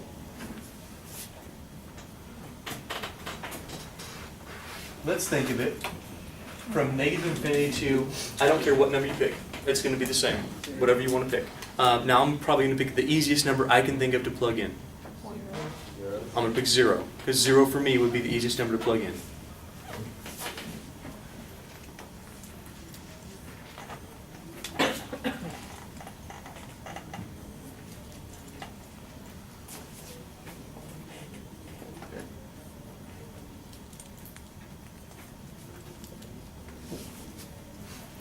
You guys know, hopefully from your Calculus 1 class, whenever you took it, that you can actually separate integrals like that. Start from wherever your a is, introduce some intermediate number, c, and then go from that number c to where your ending value is, b. So instead of from a to b, we go from a to c, and then again from c to b, and we add those integrals together. That's legal to do. As long as you have no problems in between there, that's legal to do. Quick head nod if you're okay with that one. Hey, have we seen stuff like this? Yep. Have we seen stuff like this? Yep. Can you guys do the next step for me? Write out what you would do. Change these into our limits for us, okay? Remember that lower bounds typically change to a's, upper bounds typically change to b's, so go for it.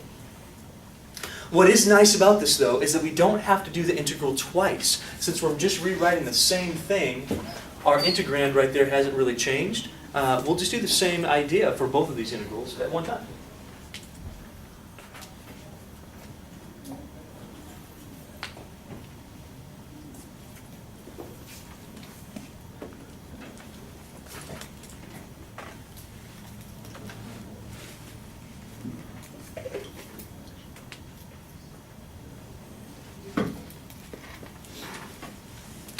So here's what I'm asking you to do. I'm asking you to firstly understand that when I have this type of integral, where it goes from negative infinity to infinity, you do have to do this with two integrals here. You have to separate it. So we have to have at least some solid bound in between there.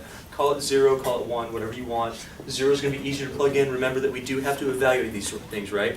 So we're going to have to plug in this number twice. 0 is going to be easier to plug in than negative 7 or something like that. You will oddly get the same answer out of that, but it's going to be easier to plug in if you have a 0. So we'll have, instead of going from negative infinity to 0, what's my bounds of integration going to change to? A to 0. Now I'm going to define it, limit as A approaches infinity. perfect. The inside of my integral, my integrand is not changed. Plus, what's the next thing I'm going to write? As B approaches infinity. good. Well, if I've called b positive infinity, From 0 to 0 doesn't change with infinity. I'm going to call that b. E to the x over 1 plus 2. B to x. That's not right. E to the 2x.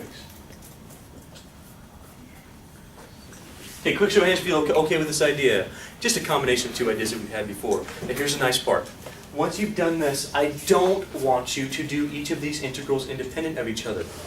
Understand that they're exactly the same. You guys get it? So off to the side, I'm not even going to worry about the a to the 0. I don't care. I'm not going to worry about the 0 to b. I don't care about that. I'm going to just do the integral of e to the x over 1 plus e to the 2x. Let's just do that. Take this idea and run with it afterwards. And then we'll evaluate whatever we get twice, from a to 0 and then from 0 to b. Do you understand that idea? So just do the integral off to the side. Now, hopefully you can do this integral. Let's walk through it. Is it a substitution? Yeah. If you say no, okay. If you say yes, explain that to me. U equals e to the x. U equals e to, oh my gosh. Someone's good at substitution.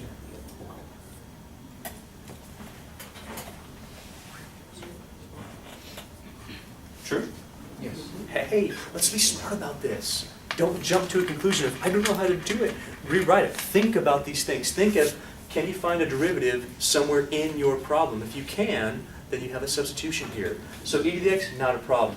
E to the 2x? Now, let's think about that as e to the x squared. If that's the case, a substitution of u equals e to the x, man, that works nice. du equals e to the x dx, the derivative of e to the x is e to the x. Check this out. Here's e to the x dx, here's du. It's right there. You guys follow me on this one? Okay, so integral that looks really hard right now, not so hard. Tell me what's going to be in the integral. Tell me. 1 over 1 plus 1. Okay, so this goes away. This is basically, you can write du even if you want to. I'll show you that. You can write du because e to the x dx is du. E to the x dx is du.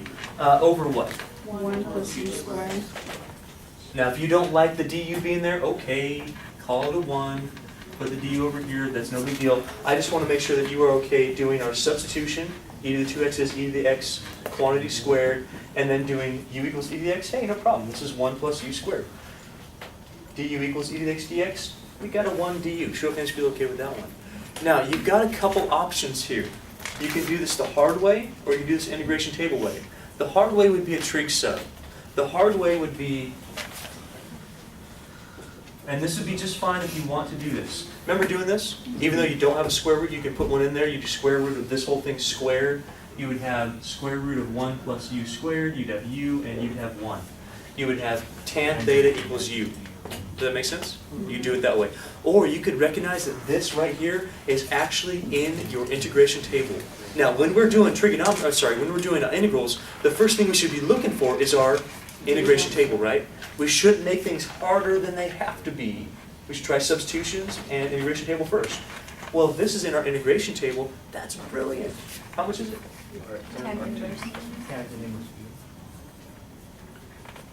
10 inverse. Tanverse. Inverse. Made up a new word. Tanverse. Tangent inverse of u. Yeah, absolutely. That's exactly what that is. Now, let's not make a mistake I did before. By the way, would you guys know how to finish it off if you did the triangle? Let's say you didn't see this on your test. Could you do that? Yes. Sure, you know trig sub. Tan theta equals u. Du equals secant squared theta d theta. You'd have a little bit of work to do here, but what you'd end up getting is a secant squared theta over secant squared theta. You get 1. The integral of 1 is theta. Theta equals tan inverse of u. Bam, it's right there. It's exactly the same thing that we would get. So, tan inverse u, what's the next thing I'm going to do? Substitute. Very good. So, if I substitute, I get tan inverse, tan inverse of what? Perfect. Tan inverse of u, no. Tan inverse of e to the x. Show of hands if you're okay with that so far. Now, I'm going to rewrite this because I want to be a little bit more clear than what I'm being here. So, do you have any questions on this side? No. All right. I'm going to show you exactly what's going on with this thing here.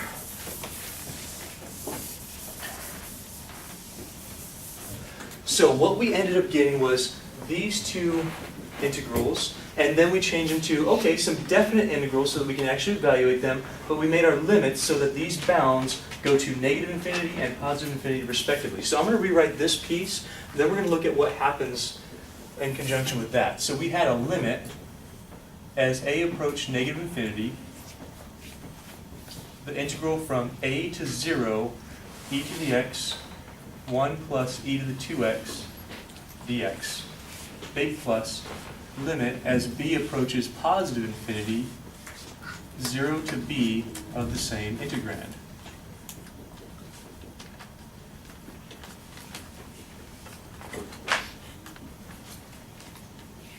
You guys okay with that so far? Now, we've already done the integral of e to the x over 1 plus e to the 2x. How much did this integral give us? So let's just change those parts. So if I know that the integral of e to the x over 1 plus e to the 2x is actually tan inverse of e to the x, which it is, can you tell me where I'll be evaluating this thing from? Theta 0. Sure. Is that pretty straightforward to you guys? To me, it makes perfect sense. I want to make sure it makes perfect sense to you. So we say, hey, this integral is this thing. Therefore, if I want to evaluate this integral from a to 0, I just evaluate this thing from a to 0. Now, I can't forget what? The limit. The plus, yes, but I also can't forget this, this limit. Plus, now, I get the same integral, which is why we only do it once. It's silly if you do it twice. It's the same thing. This integral is also tan inverse of e to the x. I'm going to evaluate that from where to where, please. And I'm not going to forget there's only one right answer here. Limit. As b approaches infinity. Okay, what I want to know is, can you make the jump from doing our integral here to evaluate our integrals here? Show hands if you can make the jump. Okay, what do we do now? So plug them in. So, are we still going to have limits Yes. right now? Yes. Yes. Yeah. Have you evaluated the limit yet? No. No. Right now, what we're doing is look. If I didn't have this limit, I'd still have to evaluate, wouldn't I? Because you haven't done the limit yet. So I'd still be plugging numbers in. So I'd have tan inverse of e to, what comes first, the a or the 0? Zero. The 0 comes first. Upper Minus bounds always come first.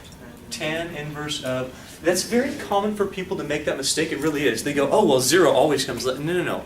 The top bound, your b always gets evaluated first, and then you do your lower bound. Show of hands if you're okay with that one. Are you sure? Okay, so here's one. Big plus, limit as b approaches infinity. Tan inverse, let's try this again. Tan inverse of e to that, would it be 0 first or b first? B.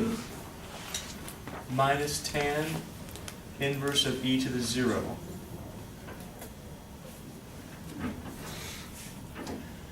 Now, are you guys okay with that one? Notice why we still have our limits? Yeah. Have you let a go to negative infinity yet? No. That's why you still have your limit. Now we get to let a go to negative infinity, we let b go to positive infinity. So we're going to stop writing limits right now. Let's think about this. How much is e to the 0? Hello? 1. So this is 1. How much is e to the a as a approaches negative infinity? 0. Very good. This is 0. As a goes to negative infinity, e to the a, this is e to the negative infinity. E to the x goes like this. So as negative infinity, we're going to 0. How about e to the b as b goes to infinity? How much is that going to be? Infinity. Very good. E to the infinity is infinity. How about e to the 0 again? So now that I let these go to their appropriate places, I stopped writing the limit. This was evaluating the limit, saying, hey, look at that. E to the a, as a goes to negative infinity, that's 0. And this one's going to be infinity. So we have tan inverse of 1 minus tan inverse of 0 plus tan inverse of infinity. That looks a little weird to write, but we'll write it. Minus tan inverse of 1. Now, we got to be good at tan inverse. Let's see what happens. We're almost done with this thing. How much is tan inverse of 1? Pi over 4. Very good.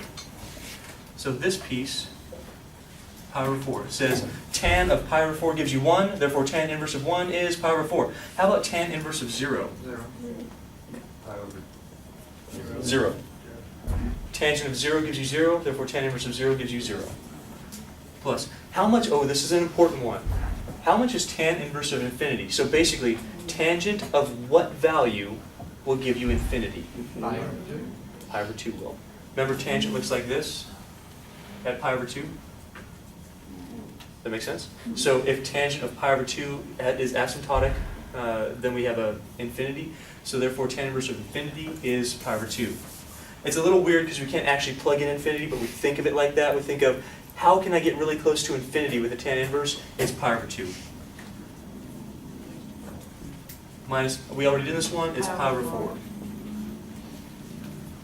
What's our final answer? What floors me, what's really cool, is that we have this function, right, with e to the x in there. E to the x over 1 plus e to the 2x, and somehow we get a pi over 2 out of that thing as a solid area. Isn't that kind of cool? Yeah. So, fans, if that made sense to you. Good deal. All right, so the last little bit that we've got to cover in this section is, instead of an infinite interval, we got to find out what happens with an infinite discontinuity. What that means is that instead of going from like negative infinity to a number, or a number to infinity, or even, remember the last one we had, negative infinity to positive infinity, somewhere within our interval, whatever it is, our function's not bounded. What that means is that we're going to infinity or negative infinity along the y-axis. So basically, we just have an asymptote somewhere along the interval on which we're trying to integrate. Do you guys see the difference in the idea? Yeah. Infinite intervals go this way for infinity. Infinite discontinuities go this way to infinity. The function is actually going to infinity. Let me give you an example, and it's going to clear everything up. So, First example. Let's say I want to go from 0 to 9. Find the area of the following function from 0 to 9. Now, right there, is that an infinite interval or a finite interval? Fine. Sure, that's great. So we don't have to worry about limit of b going to infinity or a going to negative infinity. We're not worried about that. However, remember the first thing I told you to check when you're talking about your definite integrals is, well, look at your bounds of integration and see if your function is defined for that entire interval. Is it defined for our entire interval? No. No. In fact, what's happening here with this function is this thing looks, a sketch here, looks kind of like this. Where as we go towards infinity, yeah, cool, we're going to get, you know, smaller and smaller values because we have a fraction over a number that's growing. Even though it's a square root, it's still a growing denominator. Does that make sense to you? However, as we get towards 0, what's happening as we get towards 0? It's going up. It's going towards infinity. Because when we're dividing by smaller and smaller numbers, we're getting this, oh wait, well we got an undefined zone here. And that's an issue. So as we get closer to 0, we have this issue. We have what's called an infinite discontinuity. It's not continuous. It's going towards infinity. The function is not bounded. Show of hands, feel okay with this one. Okay. Now, on the left side of 0, well, we have nothing because we can't even plug in negatives because we've got a square root. So this is basically what our graph looks like. You got it? Yeah. So here's our idea. Instead of going from 0 to 9, what's the problem here? Is it the 0 or is it the 9 or is it somewhere between there? 0. It's the 0. The 0 is the problem. So, tell you what. We're going to use a very similar idea to what we did last time. Instead of going from 0 to 9, maybe we'll go from, I'm sorry, what was the problem again?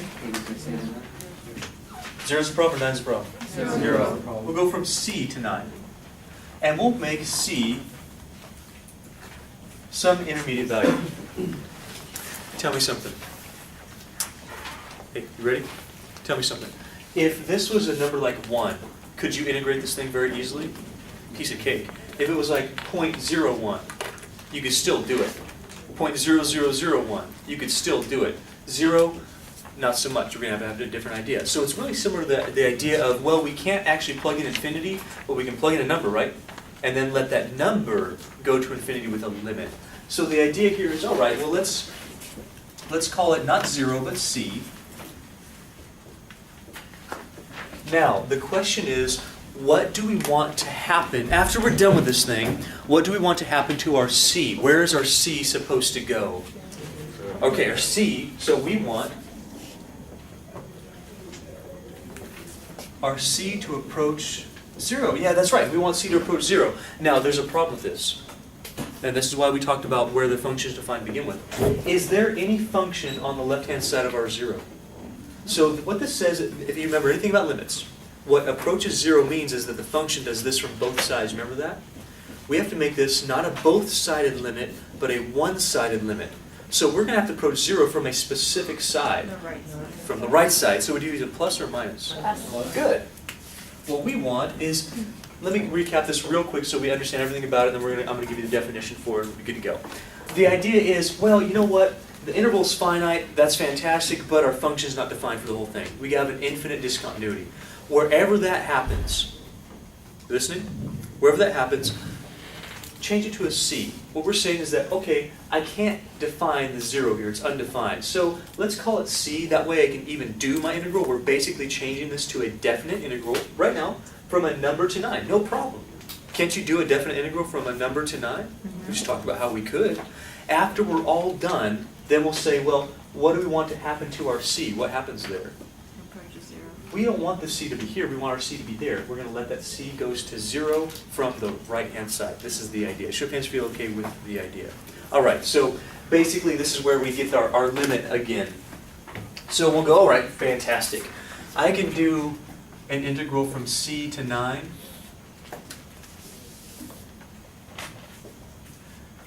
I just have to let the C approach 0 from the right-hand side of the same function. So we're saying 0 to 9, no. We'll go C to 9. That's a definite integral. Fundamental theorem of calculus says we can evaluate definite integrals. That's why we're doing this right now. So we go, okay, c to 9. Cool deal. Do the integral, plug in 9, plug in c, subtract the two values, and then at the very end go, wait a minute, let's trick it again. Let's say, no, I don't want just c, a finite number. I want to say that thing's going to go to 0 from the right-hand side. It's going to get closer and closer and closer and closer and closer. Quick head nod if you're okay with the idea. Now it's just a matter of evaluating it. It's going to be a limit again. Can you guys evaluate this integral? What would you do with this? Make it a 1/2. Yeah. So c goes to 0 from the right. Remember, we still have to write that. C to 9. By the way, if you didn't catch where the c is coming from, a is typically called a lower limit. B is typically called a lower bound. B is your upper bound. So if we had negative infinity, we call that our A. Our positive infinity would be our B. Anywhere in between these two numbers is typically a C. So that's where the C is coming from. Okay, so y'all said that this should be x to the, what am I going to do here? X to the what? Negative 1/2. Oh wait, I'm sorry. 1/2 or negative 1/2? Negative 1/2. Good. I move this up. That'd be x to the negative 1/2 dx. Cool deal. Let's keep going. So this will be our limit as c approaches 0 from the right. Let's go ahead, let's do our integral. What's the integral of x to the negative 1/2? Tell me that one. Okay, x to the 1/2, I like it. 2. Over 1/2. So basically 2. So if you guys feel okay with that integral. I'm going to kind of have to warn you now. I'm going to go fast through a lot of these integrals because the idea is no longer, hey, can we do integrals? It's let's look at how to do these improper integrals. Does that make sense to you? So actual integration, we're going to go a little bit quicker. Now, do I still have an integration symbol here? You've already done the integral. So all we're doing now is evaluating. Where are we evaluating from? 9 to C. Okay, which way? 9 to C or C to 9? Which one do we plug in first?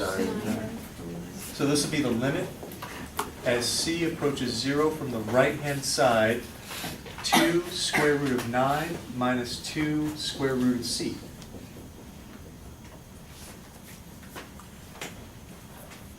Still okay so far?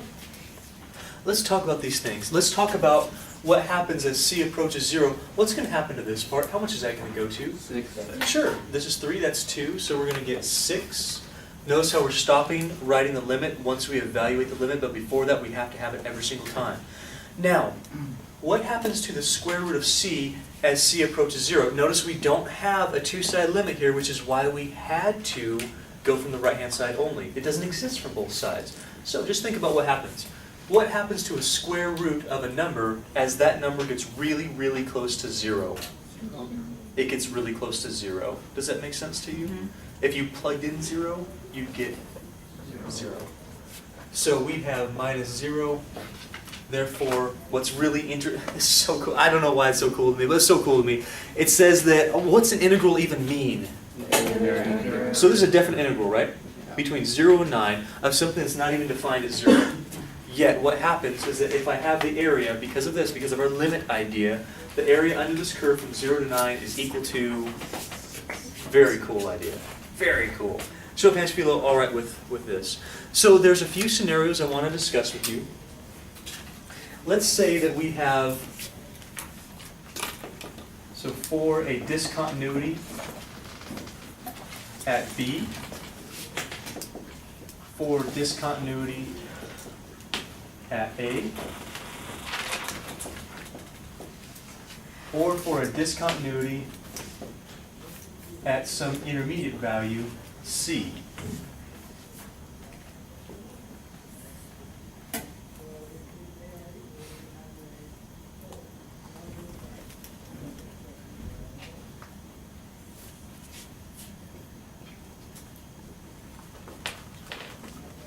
So let's say we have some function, and there's going to be a discontinuity here, an infinite discontinuity at B.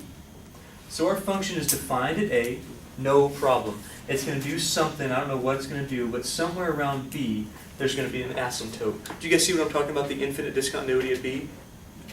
Hello, yes, no? I don't care what happens past it. My interval is going to be from A to B. I don't care what happens before it. My interval is going to be from A to B. Does that make sense to you? So if I tried to integrate from a to b of some function, then the idea is, well, let's look for the problem area. Let's look at what's wrong with our integral, what's making it improper.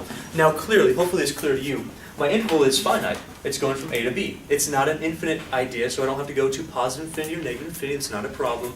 But what is a problem is that while a is defined, b is not. So my discontinuity would be where, a or b?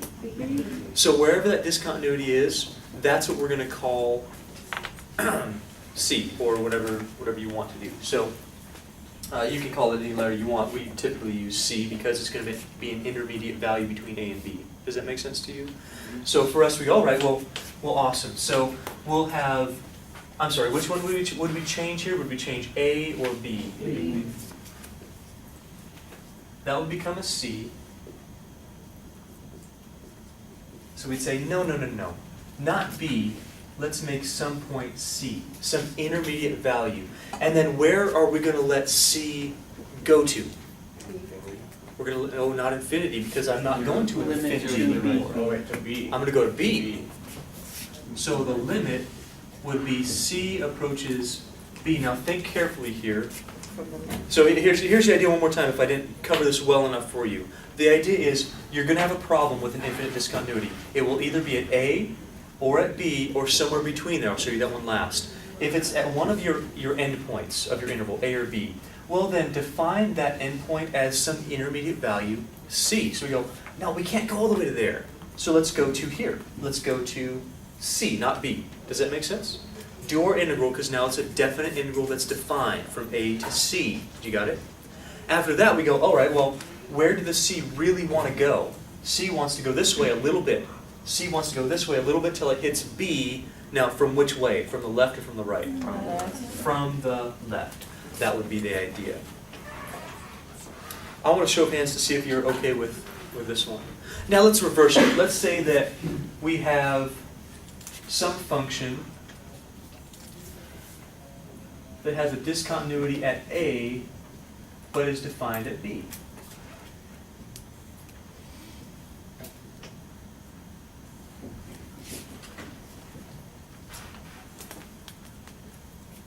Can we do it the way it is? Well, no. We have an infinite discontinuity. The interval is great. It's from A to B. Not a big deal. So if we had an integral that says, I want you to integrate from A to B of whatever this function is.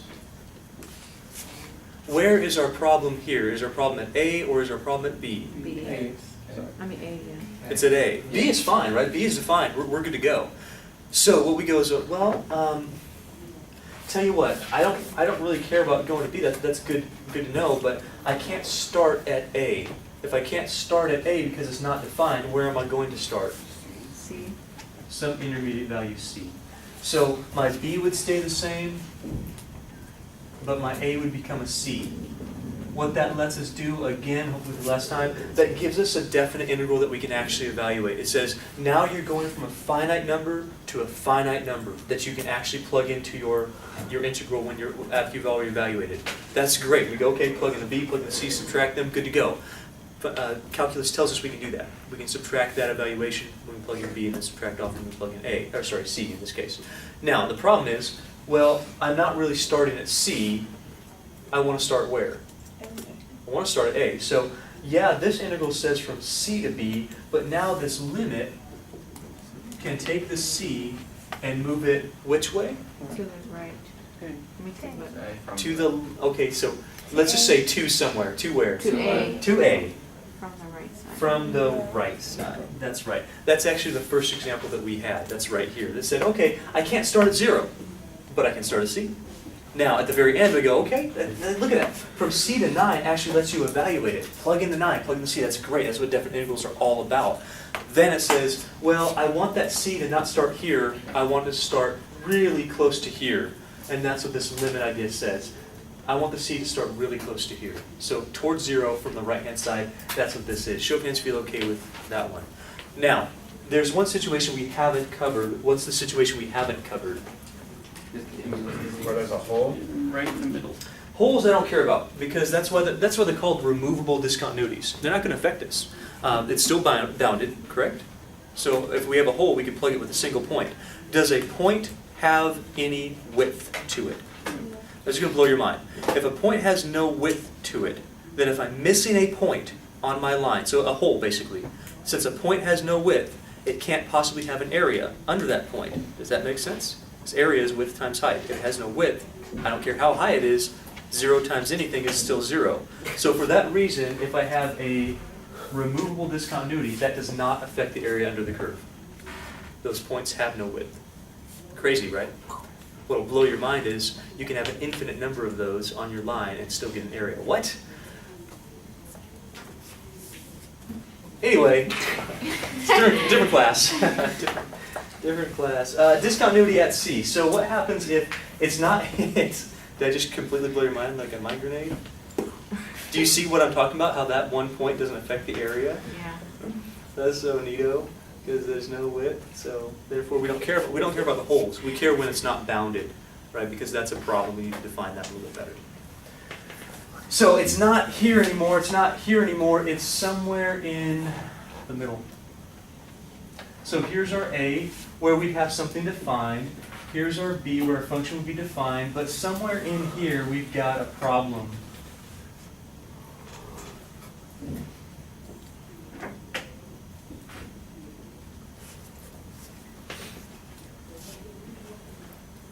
Oh, did I say infinite number of holes? I think I might have meant finite. I'm not sure. I don't remember anymore. Could be a finite number of holes. Whatever. Oopsie. That would be just a little bit of a problem there if I don't know that exact thing. Well, what's the issue here? Are we defined at our endpoints of our interval, at our endpoints, A and B? Are we defined? Yes. So then our infinite discontinuity doesn't happen here, and it doesn't happen here. It actually happens right in the middle. Whenever you get this case, this is the worst case scenario. This one's kind of nice, because you just go, okay, it's one limit. Does that make sense to you? One limit, because we have one discontinuity from one direction. Here, no problem. One limit, one discontinuity from one direction.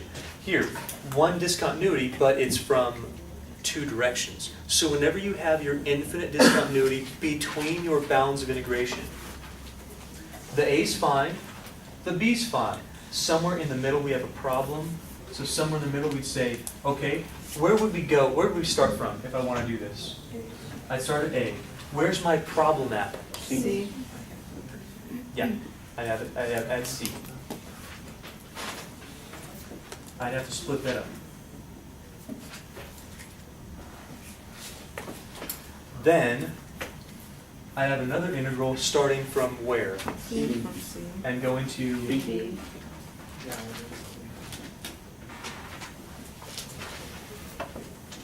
after you do this, so basically here's the idea. If you have it at one of your end points of your interval, not a problem. Just call it from A to C or from C to B respectively, and let that C go to the appropriate number. If it's in the middle, you have to break that up. So the starting point to where C is, then C to where the ending point is, where your ending interval is, and then you do basically the above. So basically, do you guys see that this idea is a combination of these two ideas? We get one of these, and we get one of these. Specifically, this integral is this one. This integral is this one, and you do exactly the same thing. Make sense? Are you sure? You guys want to try a couple of them? Okay, probably. Let's do so. Any questions? Questions? What if it doesn't approach infinity on both sides, only one? You can still It try. has a point and then it comes down from infinity. What do you, oh, like a piecewise defined function like this one? Yeah. That'd be great, because this integral is defined. So this would be like easy. Okay, you say, hey, A to C, no problem. But then this side, you still have to split it up, because it's not continuous. You have an infinite discontinuity, hence the not continuity part, okay? So this would be good. This part, you say, well, I gotta do this one here. That's a good question. So you just would skip the limit on one. You wouldn't have to do it for the left side. That'd be easy, because it's actually defined. That's a good question. Any other questions? What would the limits look like for the A to C and C to B? It's easier to show you with actual numbers, but what you do is you call this intermediate point D. And you say a limit as D approaches C from the left. You'd say a limit as maybe E.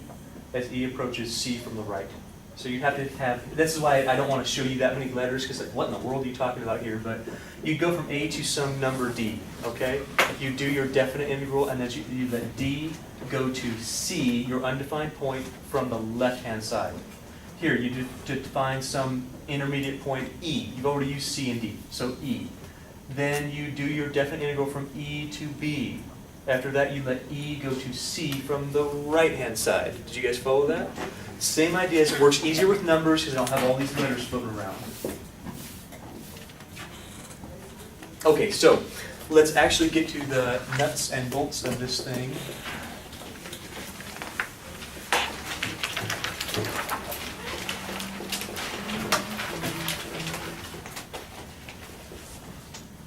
You know, one of the most important things we can do as integrators of these improper integrals is determine what we're talking about, whether we have an infinite interval or whether we have an infinite discontinuity. Which in this case do we have, an infinite interval or an infinite discontinuity? Interval's great. We're going from 1 to 4. That's a definite interval. It's finite. But within that 1 to 4, we've got a problem. So you have to define all the problems you have, and there can be several of them. You could have a problem at an endpoint. You could have a problem at both endpoints. You could have a problem at both endpoints and somewhere in the middle, or several places in the middle. Now, of course, right now we're going to keep it kind of easy, right? There's going to be like one problem. But you could have many, many different problems. Does that make sense to you? So everywhere your denominator is 0, that's an infinite discontinuity, provided you can't simplify out provided it's not a whole, basically. That you would get from calculus 1, the difference between wholes and asymptotes. If you had me, you should know that exactly what the difference is between wholes, removable discontinuities, and asymptotes. So in our case, where is our problem at? 4. It's not at 1. 1's great. I can plug it in. It's not 0. 2, 3, cool. 4, that's a problem. So what we're going to do is we're going to say, well, you know what? If it's not defined at 4, let's make it be defined somewhere at some intermediate point C. Are you guys with me on this one? That's, which case is this? Is this the case for 1, 2, or 3? Which case do we have? 1. We have 1. We have this one. It's fine. It's defined at A. It's not defined at B. It's defined at 1. It's not defined at 4. So we're going to call this some point right before the B. Right before the 4, we're going to call it C. Maybe it's 3.9999999 forever. I don't know what it is. We're going to call it C. And we're going to have exactly the same function. We just have to say what's happening on my interval. So we have to say where C is going. So how do we say where C is going? What are we going to use? Limit. Yeah, limit is the way we say where a number's going. A limit as C approaches where? 4. It's always going to be this number, or some number in between there. It's always going to be a number. So it's not going to be a random letter anymore, okay? We're defining what's happening to the C. Now, you got to be good at this. Is this C 4 from the right or 4 from the left? Left. From the left. So let's see if it matches up. C is going to the top number from the left. C is going to the top number from the left. Hey, that looks exactly right. Can you do that integral? It should be pretty easy. What would you use in order to solve this integral? Here, substitution. Yeah, what would the u be? du equals negative dx, or negative du equals dx. Again, I'm going to go kind of quick on this, but do not neglect your substitutions, okay? Your signs are important. You guys see where the negative's coming from on that one? No. That's important. Okay, so we have a limit as C approaches 4 from the left of the integral from 1 to C, u to the negative 2/3 times negative du. Tell me what I can do here. The negative. Okay, you can actually pull it all the way out front if you want to. You can pull it in front of the integral, it doesn't really matter. U to the negative 2/3 du. Can you all integrate u to the negative 2/3? Yes. How do you do that? 3u to the 1/3. Okay, so we have our negative. We add 1, we get 1/3 divided by what? 1/3. So divided by 1/3. So this would be 1/3 divided by 1/3. times 3. U to the 1/3 divided by 1/3. No more integral. We've already done the integral. What's the 1/3 change to? 3. Now, we can evaluate right now from 1 to C, or you could pull your -3 all the way up front. I might choose to do that just to show you that it's possible. So from here, I can pull that -3 out in front of my limit and do U to the 1/3 from 1 to C. Now, there's a big issue right now with plugging in the values. What's the problem? Changing bounds. We didn't change bounds. So if you didn't change bounds, instead of plugging into U, what do you do first? We gotta take this substitution and put it back. So we're gonna have to do -3 times the limit as C approaches -4. Oh, sorry, 4 from the 4 from the left hand side of what's it gonna look like? 4 minus x to the 1/3.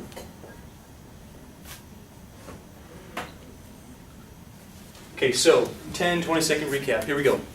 We first identify what type of problem we have, whether it's an infinite interval, whether it's an infinite discontinuity, maybe both of them. Look for all your problems. Here we're defined, we're good to go. Here we're not defined at this number, at that endpoint of your interval. We call that some intermediate value C. We say, hey, where's the C going? Well, it's going to go to 4 from the left-hand side. We don't care about the right-hand side. That function's not even there. We don't care. We're going to evaluate our integral any way that we can. We have lots of techniques to do that. Get all the way down to here, and then, oh my gosh, well, if you use a U substitution before you evaluate definite integral, you definitely better plug back in your U. So we have a 4 minus x to the 1/3. Now we get to evaluate.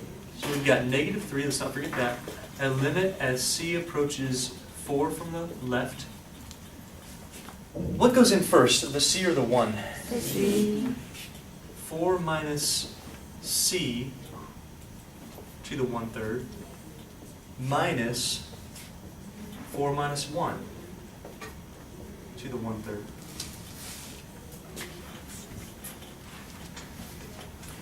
This is the point where you can start to evaluate your limit. Notice we've had to write limit every single time until we get right down to here because we haven't thought about what's happening as C is approaching 4 yet. So this right here, look at, this is your definite integral. This is evaluated on your definite integral. Does that make sense? This is where you say, okay, now what was happening? C really wasn't just the number I wanted to stop at. C was something I wanted to go to 4 from the left-hand side. Does that make sense to you? So let's see about, no pun intended. Let's see about the C. What's happening to the C? It's getting really close to 4. Really close to 4. What's 4 minus something really, when I mean really close, I mean it gets to 4, practically speaking. How much is that? 0. So this thing's going to go to 0. Since C is going to 4 from the left-hand side, this thing is getting really close to 0. 0 to the 1/3 is still 0. So we're going to have, don't forget about this -3, it's still there. So we have -3 times, this is 0, minus, how much is this going to be?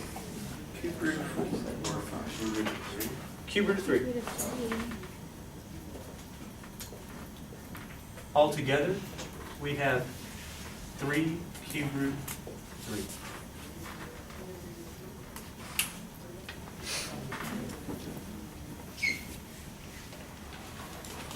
This part should be pretty easy. Show of hands if you feel okay with this stuff. Can we move on just a little bit? Okay. So moving right along.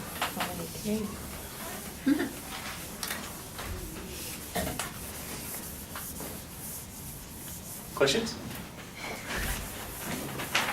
All gone already. Have I taught you what the integral of ln x is? Have we done that in this class 1 before? over x, right? Oh, no, it's the integral of 1 over x, not the derivative of ln x. The integral of ln x. Have we done that? I think we've done it once. So, once. Yes.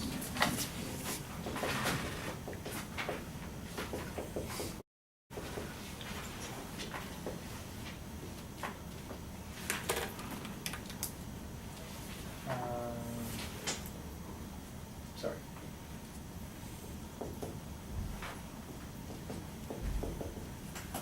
U times v minus the integral of v du.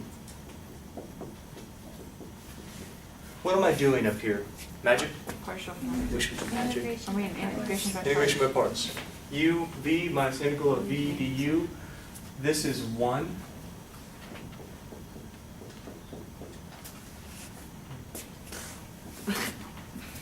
You know, I never miss those C's. Sometimes I do the wrong thing, but I never miss those C's. There we go. We get x ln x minus x. Do you guys see where the x is coming from? It's just basic integration by parts. I know we've done it at least one time before, but what that means is that if I wanted to evaluate this limit from, where do I want to go? 0 to 1 of ln x dx.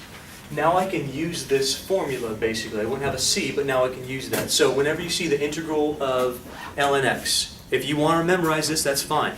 Integral of ln x is, by integration by parts, x ln x minus x. Show of hands if you're okay with the integral. I know I did it fast, but we've done it one time before.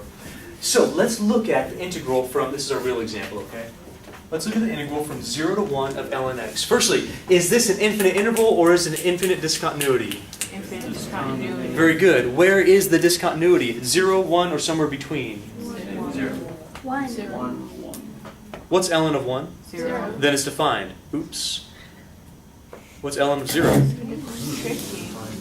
Error. Syntax error. Syntax. My calculator won't do it. I don't know. Do you know what ln x looks like? You better. Yes. It's the inverse of e to the x. So if e to the x looks like this, ln x looks like that. Now, you all think that it's undefined at 1 because when you plug in 1, you get 0. That's not something that's undefined. It's actually defined. But the definition is ln of 1 is 0. That's not a problem. What's that 0? What our problem is at 0 from the right-hand side. That's our problem. ln isn't even defined on this side. Not even defined at all. Okay? So, our problem here is, well, your problem here. I don't got a problem here. I'm good. All right? But it's not at 1. 1's good. We're good at 1. We're not good at 0. So, help me out with it. What do I call the 0? What am I going to make it? C. Let's make it C.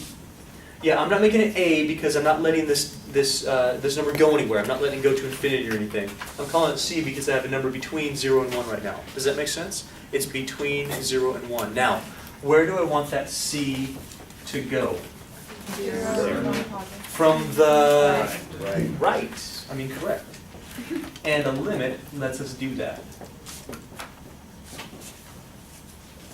Well, I made a really big integral, didn't I? I want to make sure you know that's an integral. Quick show of hands if you feel okay with that one so far. So 1's good. Man, it'd be kind of worst case scenario to pick the wrong thing, right? And go, oh, this is completely undefined at 1. No, it's not. It's great at 1. It's not great at 0 because it goes to negative infinity. That's a problem. So we say, hey, 0 to 1, no. Call it a number. C to 1, somewhere just before 0 as we're going from the right. Just before 0. Do your integral because we have a definite integral now. After that, you go, okay, cool. After you've done your definite integral, where do we want the C to go? Now we want the C to go to 0 from the right-hand side. This is the idea. Do you get the idea? Are you sure you get the idea? Yes. All right, so now that I've shown you how to do this integral, no problem. You got a limit. As C approaches 0 from the right, the integral of ln x is x ln x minus x. We do not need the plus c because it's a definite integral. Where's my bounds of integration? From where to where? C to 1. Which one do I plug in first? 1. Very good. So this will be a limit as c approaches 0 from the right of c times ln c minus c. 1 first. I was just checking to see if you were paying attention.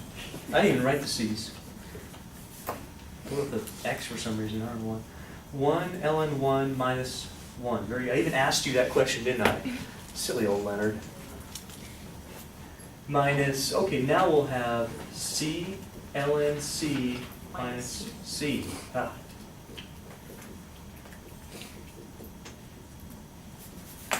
Can you see why this is correct? Anyway, show of hands if you're all right with that so far. Now let's start simplifying this thing.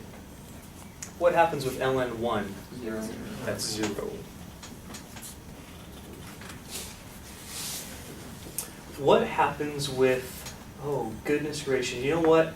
We're going to do one more thing with this. So we know that's 0. I'm going to rewrite this just a little bit. I'm going to write this as limit as c approaches 0 from the right.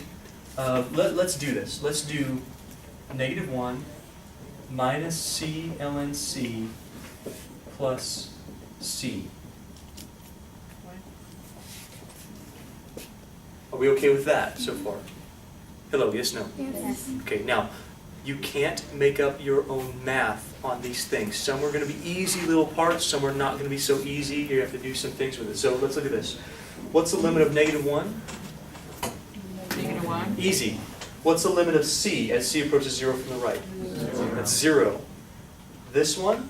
Oh, this is 0 times -infinity. That's an indeterminate form of 0 times infinity. We'll have to rewrite that one. You guys follow me on that one?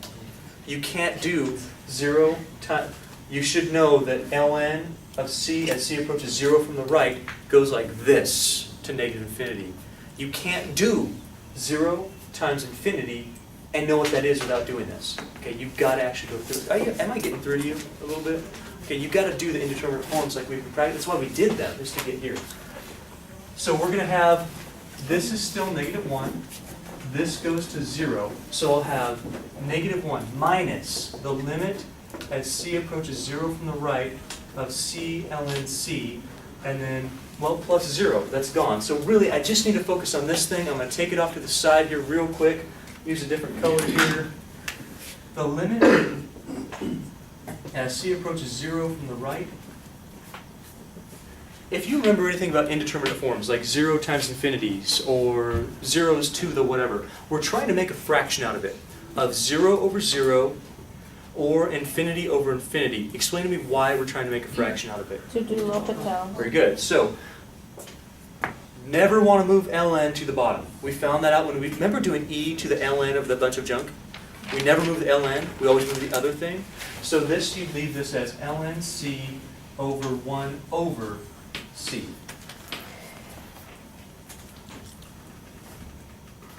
Which was the idea. C to the -1 with that one. You can, but you're going to be doing a derivative right now. Oh, I know. Now, let's identify this. What is this as we go from, this is infinity, this is -infinity. As we get really close to 0, this thing's also infinity. If this is infinity over infinity, we can use, L'Hopital. so this was infinity over infinity. Weird infinity. This was infinity over infinity. So with a L'Hopital's rule, I'm going to do L'Hopital's really quick. We get 1 over c over -1 over c squared. Derivative of ln c is 1 over c. Derivative of 1 over c is -1 over c squared. Are you guys okay with that one? Can you simplify that? Of course you can.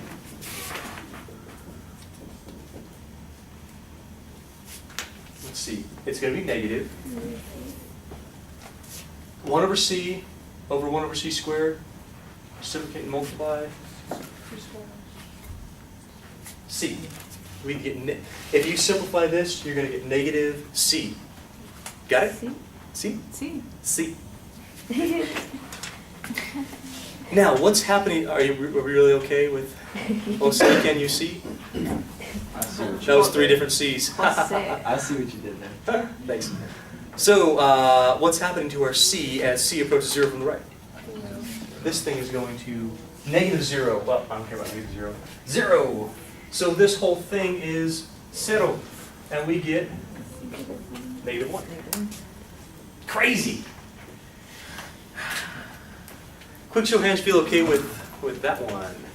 Are you sure? So the idea is, man, you can do all these integrals. They're pretty easy. Be careful with how you set it up. Identify where the infinite discontinuity is. That's important. If you can do that, you get your correct limits, okay? After that, man, you can't cheat at your limits. Don't make up your own math. Do them the way I showed you with indeterminate forms, okay? Really make sure that you know how to do those limits. Maybe refresh your memory on the section of indeterminate forms. So let's do two more. We'll talk about one. We'll actually do another. See if you're really with it here.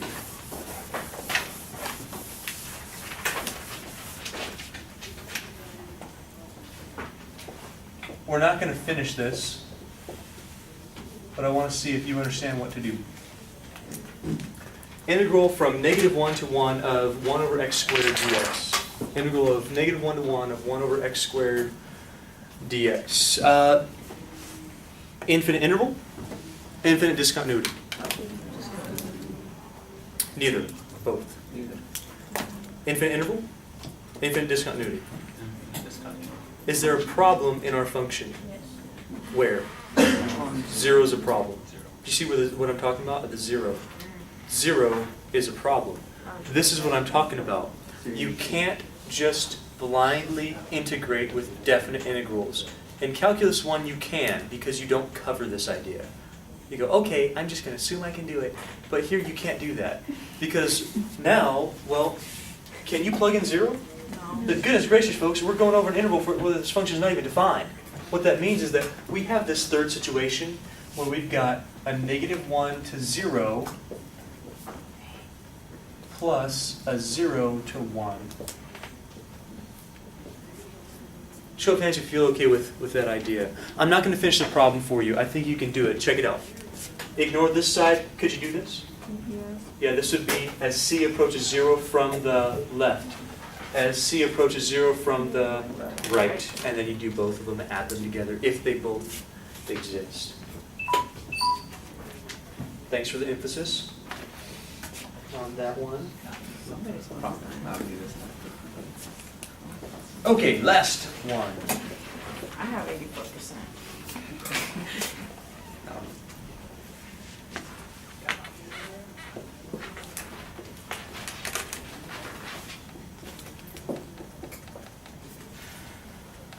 Last one.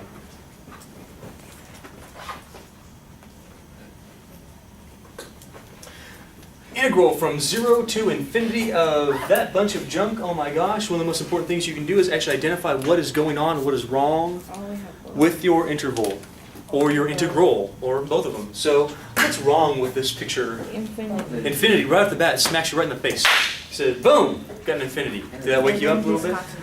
So that's an infinite interval. We're going from 0, that's 0 is great, all right? Well, 0 is great as far as the interval being defined, to infinity. That's going to be a problem. We're going to have an issue there. Does that make sense?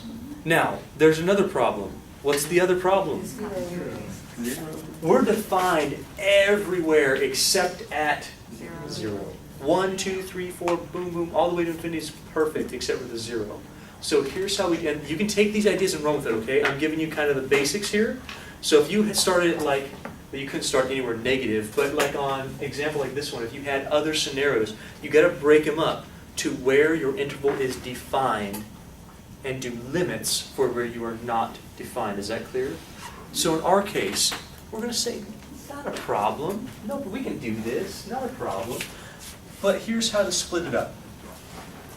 If you have an infinite interval, we're going to have somewhere where we can start at a finite number and end at an infinity. For here, for our infinite discontinuity, we're going to have somewhere where we start at 0 for sure, but we end at a finite number. So what we're going to do here is we're going to split up our integral with some intermediate value that's relatively easy to plug in. So, are you guys with me on the idea? We know that we can separate integrals as long as they're, well, continuous, or as long as we separate them and make a discontinuity with our limits now. So basically we can separate them anywhere we want to. We typically will separate at the discontinuity if one exists between our ending bounds of our interval. However, if we have no infinite discontinuities between the bounds of our interval, just pick a random number, or pick one that's easy to plug in. What number is easy to plug in between 0 and infinity? 1. Does that make sense? Add them together.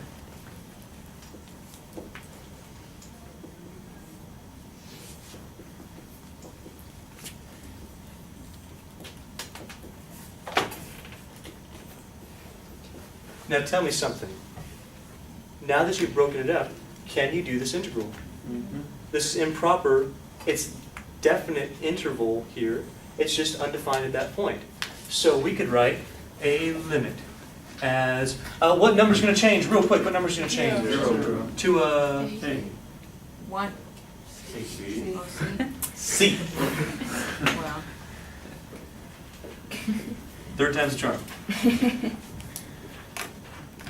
Okay, now where's that C going to go? From the Right. From the right. Listen, if it's a left-hand bound, you're going to have to get there from the right. If it's a right-hand bound, you're going to have to get there from the left. Because there is no other side of that. Show of hands feel okay with that one. Do you guys see how this idea is the stuff that we literally just covered? It is this. All you got to do is break this thing up. So now, next one. We're going to have a limit. Okay, let's see if you remember this from last time. The one's not going to change. What's the infinity going to be? B. As b approaches e to the negative square root of x over square root of x. Now be smart about this. Don't do the same integral twice, 2 different times. Just do it once and use it for both cases, okay? So for us, I'm going to really rip through this thing very quickly because I have about a couple minutes left. And I'm going to assume that you know how to do this.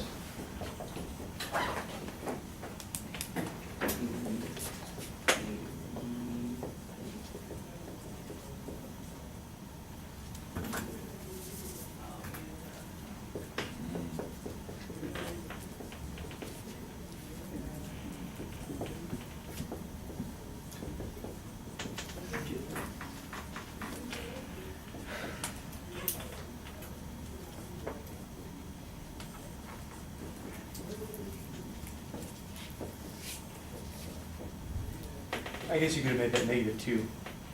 Now let's do that.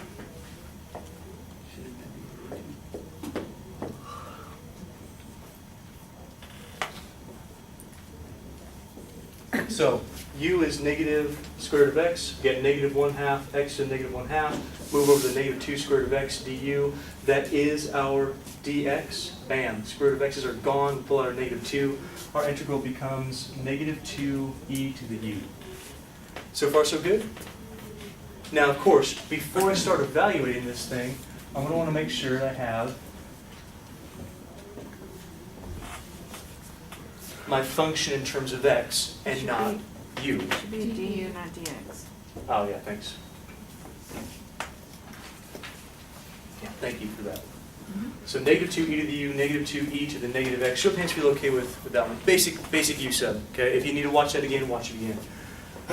Now, we've got both of these pieces. So what we end up doing is, once we've done this integral, now take that idea and put it here.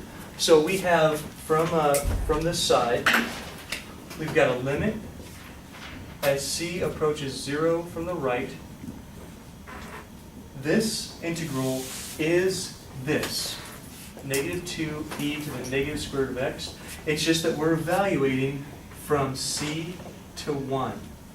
Okay, I really want to make sure that you guys get this idea. Are you okay that this integral is this piece, and I'm just going from c to 1? Yes or no? Yeah. Are you sure? Is everybody sure on that one? It's a big deal. So we integrate once, and we use it twice because we're just splitting up the same integral. Show of hands feel okay with it.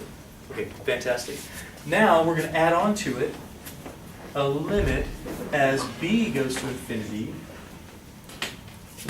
of, well, this integral is this piece. Only on this particular integral, I'm going from 1 to b. So we evaluate. Limit as c goes to 0 from the right. Which one do we plug in first? 1. Negative 2e to the negative square root of 1 minus negative 2e to the negative square root of c. This minus this. So I'm doing the plus here. Do you guys see where the plus is coming from? I don't want to blow you out of the water, but I got to go quickly here on this one. So this minus a negative, that gives us a plus. You okay with that? That's where I would have messed up.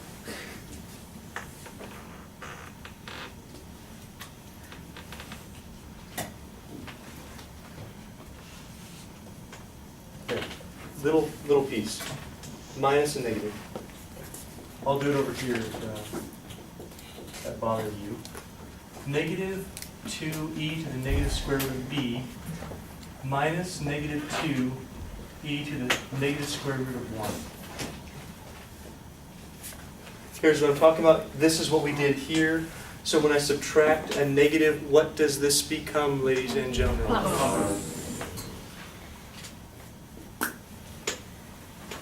Okay, now we're almost done. Tell me, what's the square root of 1? Negative 1? So this is negative 2 over e. Does that make sense to you? Negative 2 over e. Now what's happening to the c? It's going to 0. It's going to 0. What's the square root of 0? So look at this is getting really close to 0. Are you with me? Square root of 0 is negative 0 is e to the 0 is 1. So this goes to, well, e to the negative 1. E to the negative 1 is over e. So negative 2 over e. This is 0. E to the 0 is 1. This gives us 2. You guys with me on that one? Plus. Let's go to infinity. Should be 1. 1. Square root of infinity. Zero. I'm gonna go from E 1. to the Square root negative of zero. infinity. What's my problem? This is right, right? Shouldn't the square root should be 1? 1 from 1. Yeah, b comes first. Plug in the b, then plug in the 1. B comes first. What's square root of infinity? Infinity. Still infinity. This is negative oh, think careful. Do you guys see what I'm talking about? Negative infinity? E to the negative infinity is? Thanks for the stadium yell. Okay, now how about this one? Square root of 1. 1. Negative 1. What's e to the negative 1? Over 2 over e. And 2 over. What happens? The counting. What's our area? 2. So this was this is 2. This is 0, because e to the negative infinity is 0. 0 times anything is 0. This gives us this again, bam, bam, we get, oh my goodness. This is crazy, okay? Crazy. So we do all this work from to get 0, 2. where it's not even defined, to infinity, where we're going forever, of this function, and because of our limit idea, we figure out this area under that curve is 2. bam. Our last little bit of section 7.6 of this section is dealing with something that's a little bit of a kind of a nice application that we can use improper integrals, use to our advantage with improper integrals. Here's the idea. Let's suppose that we know something about two functions. Specifically, we know that if we compare two functions, one is always greater than or equal to another graph on this interval, or one is always less than or equal to another graph or function on this interval. If we know that, then sometimes we can say something about the convergence or divergence of these integrals without even doing them. Did you hear that? Without even doing them. And the reason why that might be nice is because there's some integrals that we can't do. There are some non-integrable functions, so if we compare them to some that are possible, we can find out some nice things about it. Does that make sense to you? Let me give you a picture of what I'm talking about, okay? So let's say that I've got some function f of x. And I don't care what this function looks like, it's just some function. And it goes forever. And I've got some function g of x.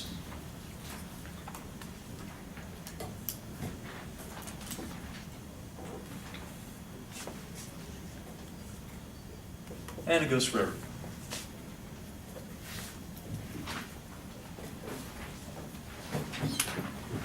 Now here's the thought process. I'm going to try. It's a very simple. What I have to write here is very simple. It's going to be like one little statement, one little statement.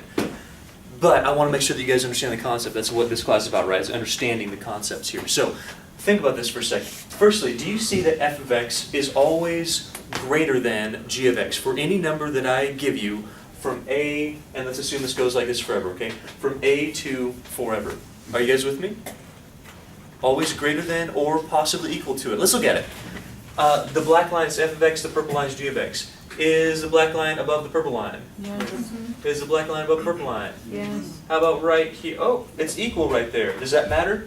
No. No. It can be equal to it, that's fine. As long as it doesn't jump above it, that would be a problem. But there's always equal to it or less than it. So would you agree that f of x is always greater than or equal to g of x for any number from a to infinity? Show of hands if you understand the concept.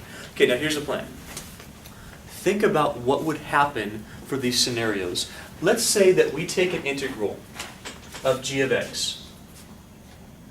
Let's start with f of x. Let's say we take an integral of f of x from a to infinity. Remember the improper integrals that we've been doing? Watch the video from the beginning if you don't remember that.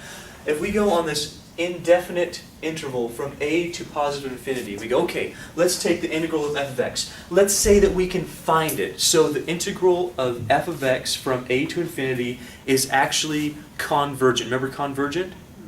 Remember the word convergent? It means the area exists, the limit exists, so the area exists. So we do this and we say, oh, you know what? I can find, here's the key thing, so focus right now. I can find the area of f of x from a to infinity. You get that? Therefore, the integral of f of x from a to infinity would be called convergent. Now here's a thought. If the integral of the black line is convergent, what would that tell you about the integral of the purple line of g of x? Convergent. It has to be convergent. If the big one converges, this one's bounded. It's bounded by this, that's what this says. It says that f of x is the upper bound for g of x. It's bounded, so if this converges, this one has to. It's like it's squeezing it, almost like it's squeezing it down there. Does that make sense to you? So it's bound by the x-axis and by f of x. Well, if this is always above this, if this one converges, a smaller function would also have to. It's like it's getting squeezed down even more. Show me if you understand that one. So, that's what we're going to say here. If this integral is convergent,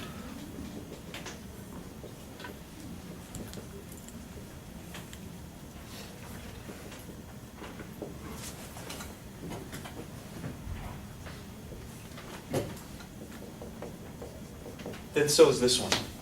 If integral from a to infinity of f of x dx is convergent, then the integral from a to infinity of g of x dx is also convergent.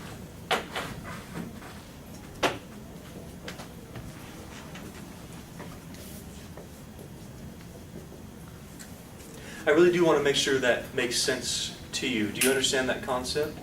So if the f of x converges, that area exists, then g of x has to. It's smaller than that. Question? So g of x just can't go down forever, or does it have to stay above some point? Yeah, we're going to assume that it's bounded by this, but even if it isn't, even if it's not x-axis, if this went down below it, as long as f of x is on top of it, you can still do it. Does that make sense? There's the only condition we have to have. This has to be above that. What can't happen? It can touch. That's fine. There's the difference in areas between there for the interval where they touch is 0. It just if it goes above that, that's a problem. Does that make sense to you? Okay, so now next one. Think about the backwards way. Let's say we know something about g of x. Let's say that we calculate the area of g of x, and it's divergent. So that means that we go, okay, the area under here, oh, it keeps growing without bound, or we can't find it. What would that tell you about the area of f of x, or under f of x? We don't know. We don't know. Is it possible for the integral of g of x to diverge and the integral of f of x to converge? No. If this one grows without bound, remember we're saying this is bigger than that. Does that make sense? If this one grows without bound and f of x is always bigger than that, how can f of x converge if g of x grows without bound? It's not convergent. So if g of x is divergent, and we know f of x is bigger than that, so g of x goes, can't do it. F of x is larger than that. Can f of x also converge? No. So if g of x diverges and f of x is bigger than g of x, then the integral of f of x also diverges. I used f of x instead of integral of f of x, but hopefully you get what I'm saying. If the area of g of x diverges, the area under f of x is bigger than that. It must also diverge. So if the integral from a to infinity of g of x dx is divergent,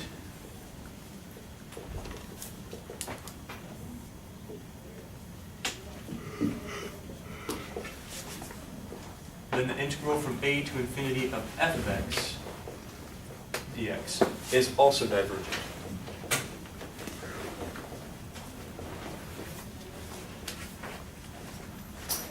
Quick show of hands if you feel okay with that. Basically it says, hey, if the big one goes somewhere to a specific number, g of x also has to do that. It's kind of squeezed between them, it's bounded. If g of x goes to infinity, then f of x also goes to infinity. That's the idea here. Sure you're okay with it? Okay, would you like to see an example? You only get one example here, because it's honestly just this idea. But here's why we would use this. So let's say that I give you an integral from 1 to infinity, 1 over x plus sine squared x dx. And again, here's why you might want to do this. Integral from 1 to infinity of 1 over x plus sine squared x dx. Is there anything that you know that will take care of that integral for you? It's not a sub, for sure, because there's no cosine anywhere to be found. It's not a sub. It's not a by parts, because you have a plus there. It's not separable by product. It is not partial fractions, because those are not polynomials. It's not a trig sub. You can't complete the square with that. And there's an x, not an x squared. No. No. There's nothing you know how to do for this integral. Some things you can't directly do. Some integrals you can't do.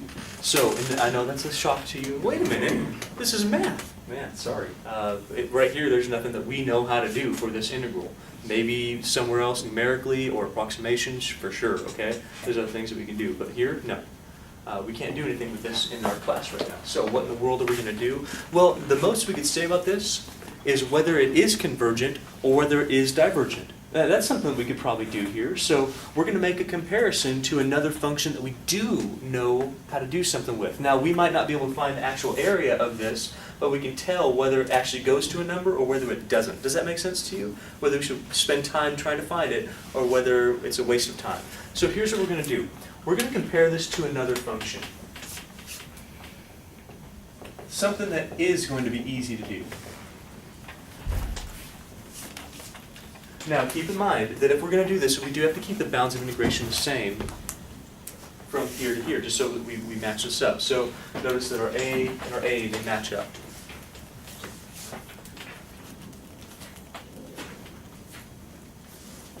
Perhaps we think of this. We're going to try to compare it to that. Now here's how we're going to compare it. Now where did I come up with that? Well, I'll show you in a second how I came up with that. But a lot of times when you're just learning this stuff, it's going to be given to you. It's going to say, hey, compare this function to this one, just to get you guys in the habit of seeing how to make that comparison. Does that make sense? So it'll typically be given to you. I would say, like on one of my tests, I'd say, hey, you know what? Take this thing, compare it to this. So what am I doing here? Well, I'm getting rid of at least the sign. I'm trying to limit that. Also, I'll show you why the sign gets limited to this, and the x, I don't have to change that at all. I'll show you that in just a second, okay? But the idea is, let's try to find something that is going to contain all the time, so be bigger than this function, or all the time be smaller than this function. Let me show you. So the first thing we got to do, show one function is bigger than the other.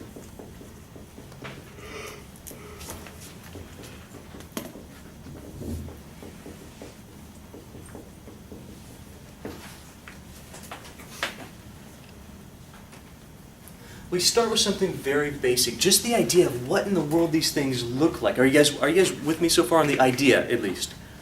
Hello, yes, no? Yes. The idea, of course, is we've got to show this first. That way we can make some determination as to whether this is happening or whether this is happening. Does that make sense to you? So we start with something very basic, like this. I know just from my trigonometry that sine x is always less than or equal to 1. I know that. Don't you know that? Okay, now here's what's interesting. If I square both sides of this inequality, it should not change that inequality. So what this implies is that if sine x is always less than or equal to 1, then sine squared x is also less than or equal to 1. When I square a number less than 1, or equal to 1, it gives you a number less than or equal to 1. Does that make sense to you? Cool, okay. You sure you're okay with that one, right? Cool. Well, let's just do something really easy. You know we can do anything we want to as long as we do both sides of an equation, and same thing with inequalities unless you divide or multiply by a negative, and then it flips inequality around. So what I could do basically is say, hey, if this is true, then what I can do is, let's just add x to both sides. So if I add x here, and I add x here, I'm going to get x plus sine squared x is less than or equal to 1 plus x. Quick show of hands if you can follow the algebra on that one. Now, do you see the way I came up with this function now? I thought about it like this. Okay, you know what? Sine's always less than or equal to 1. Sine squared is always less than or equal to 1. So I'm trying to build something from this one. So I'm saying, hey, how can I make this function from here? Well, hey, that's bounded by 1. Therefore, this thing is bounded by 1 plus x. That's the idea. Now, of course, what we're going to want to do is, well, we got to reciprocate these two things, put them over 1. If you reciprocate your inequality, if I do 1 over x plus sine squared x, and I do 1 over 1 plus x, tell me what happens to an inequality when I reciprocate both sides. Do you know? Change it. 2 is less than 3. If I reciprocate, 1/2 is greater than 1/3. The inequality. The inequality flips around. We reverse that inequality.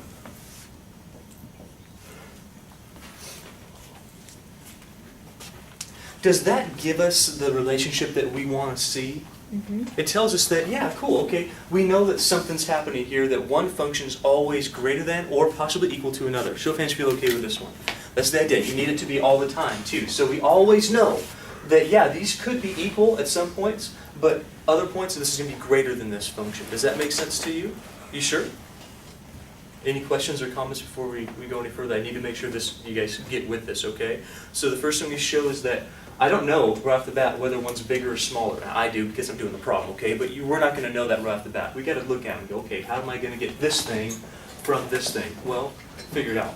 Figure out some relationship. Start small. Grow your function. Grow it to what this side is, then compare it to what this side is. Well, this one turned out to be always bigger than that. So what are we going to try to show? Let's think about it. If this thing, please listen carefully and think carefully on this.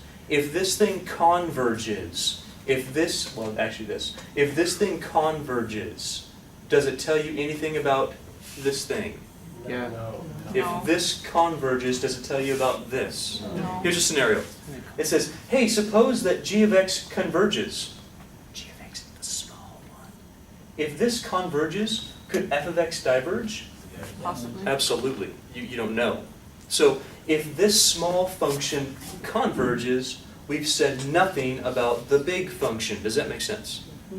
Contrapositively, if the large function diverges, does it tell you anything about the small function? No. No, it doesn't. This could easily diverge, and the small function could converge. What happens is, if the big function converges, the small one has to. If the small function diverges, the big one has to. Maybe watch that about 14 times so it actually sinks in there, okay? Because that has to happen. So in our case, if this one converges, nothing. Nothing. Got it? If this one diverged, nothing. Now, of course, we can't do this integral, so we're going to do this one and then make the comparison. If this one diverges, now think here, if this diverges, what's it tell you about this one? That's where we can make the jump. So we can only show one thing here, if at all. If this converges, it's smaller than this one. It doesn't say anything. It says, yeah, your small function converges. The bigger one is obviously bigger than that. I don't know whether it converges or diverges. But if this diverges, if the small one diverges, the big one also has to. Does that make sense at least a little bit? Okay, so let's go ahead, let's see if we can do this integral from 1 to infinity of 1 over 1 plus x dx. Now, that's something we know how to do. What would I do first? You gotta change your limit bound. Yes. I would say this is an infinite interval. As b approaches infinity, I can change it to 1 to be 1 over 1 plus x dx. Yeah, you can do a u sub. We're going to keep this pretty simple because we're past all this stuff. What this changes to is a limit as b approaches infinity of ln absolute value 1 plus x.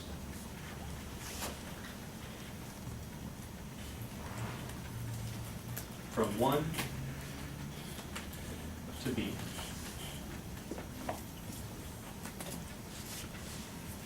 Yeah, of course you can do a u sub on that one. You say u equals 1 plus x, it'd be 1 over u, absolute value u, plug in the 1 plus x before we start our evaluation. Show of hands, feel okay with that one?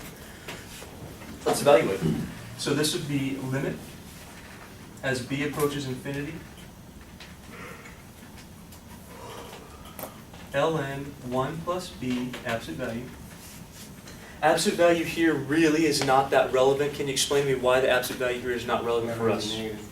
Say what now? Will be negative. Never. Our interval is 1 to infinity. We can't get a negative if we're adding 1 plus a number that's positive, okay? So really here, kind of irrelevant, doesn't really matter. Minus ln 2.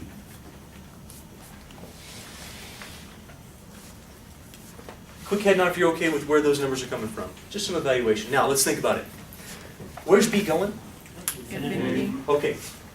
What's infinity plus 1? Infinity. So when you're a little kid, I hate you to infinity. I hate you to infinity plus 1. Ha ha ha. It's still infinity. Stupid kids. Anyway, so infinity plus 1 is still infinity. What's ln of infinity? I always argue with them. Stupid. I really don't. I ignore the little kids, just like they should be ignored. That was a joke, by the way. Totally love kids. Infinity. That's right. Back to math. Ln of infinity is. So this goes to infinity. What's infinity minus something really small? Infinity. So this whole limit goes to. So it diverges. So you tell me something. Tell me something. Now that we've done this integral, is this integral convergent or divergent? Divergent.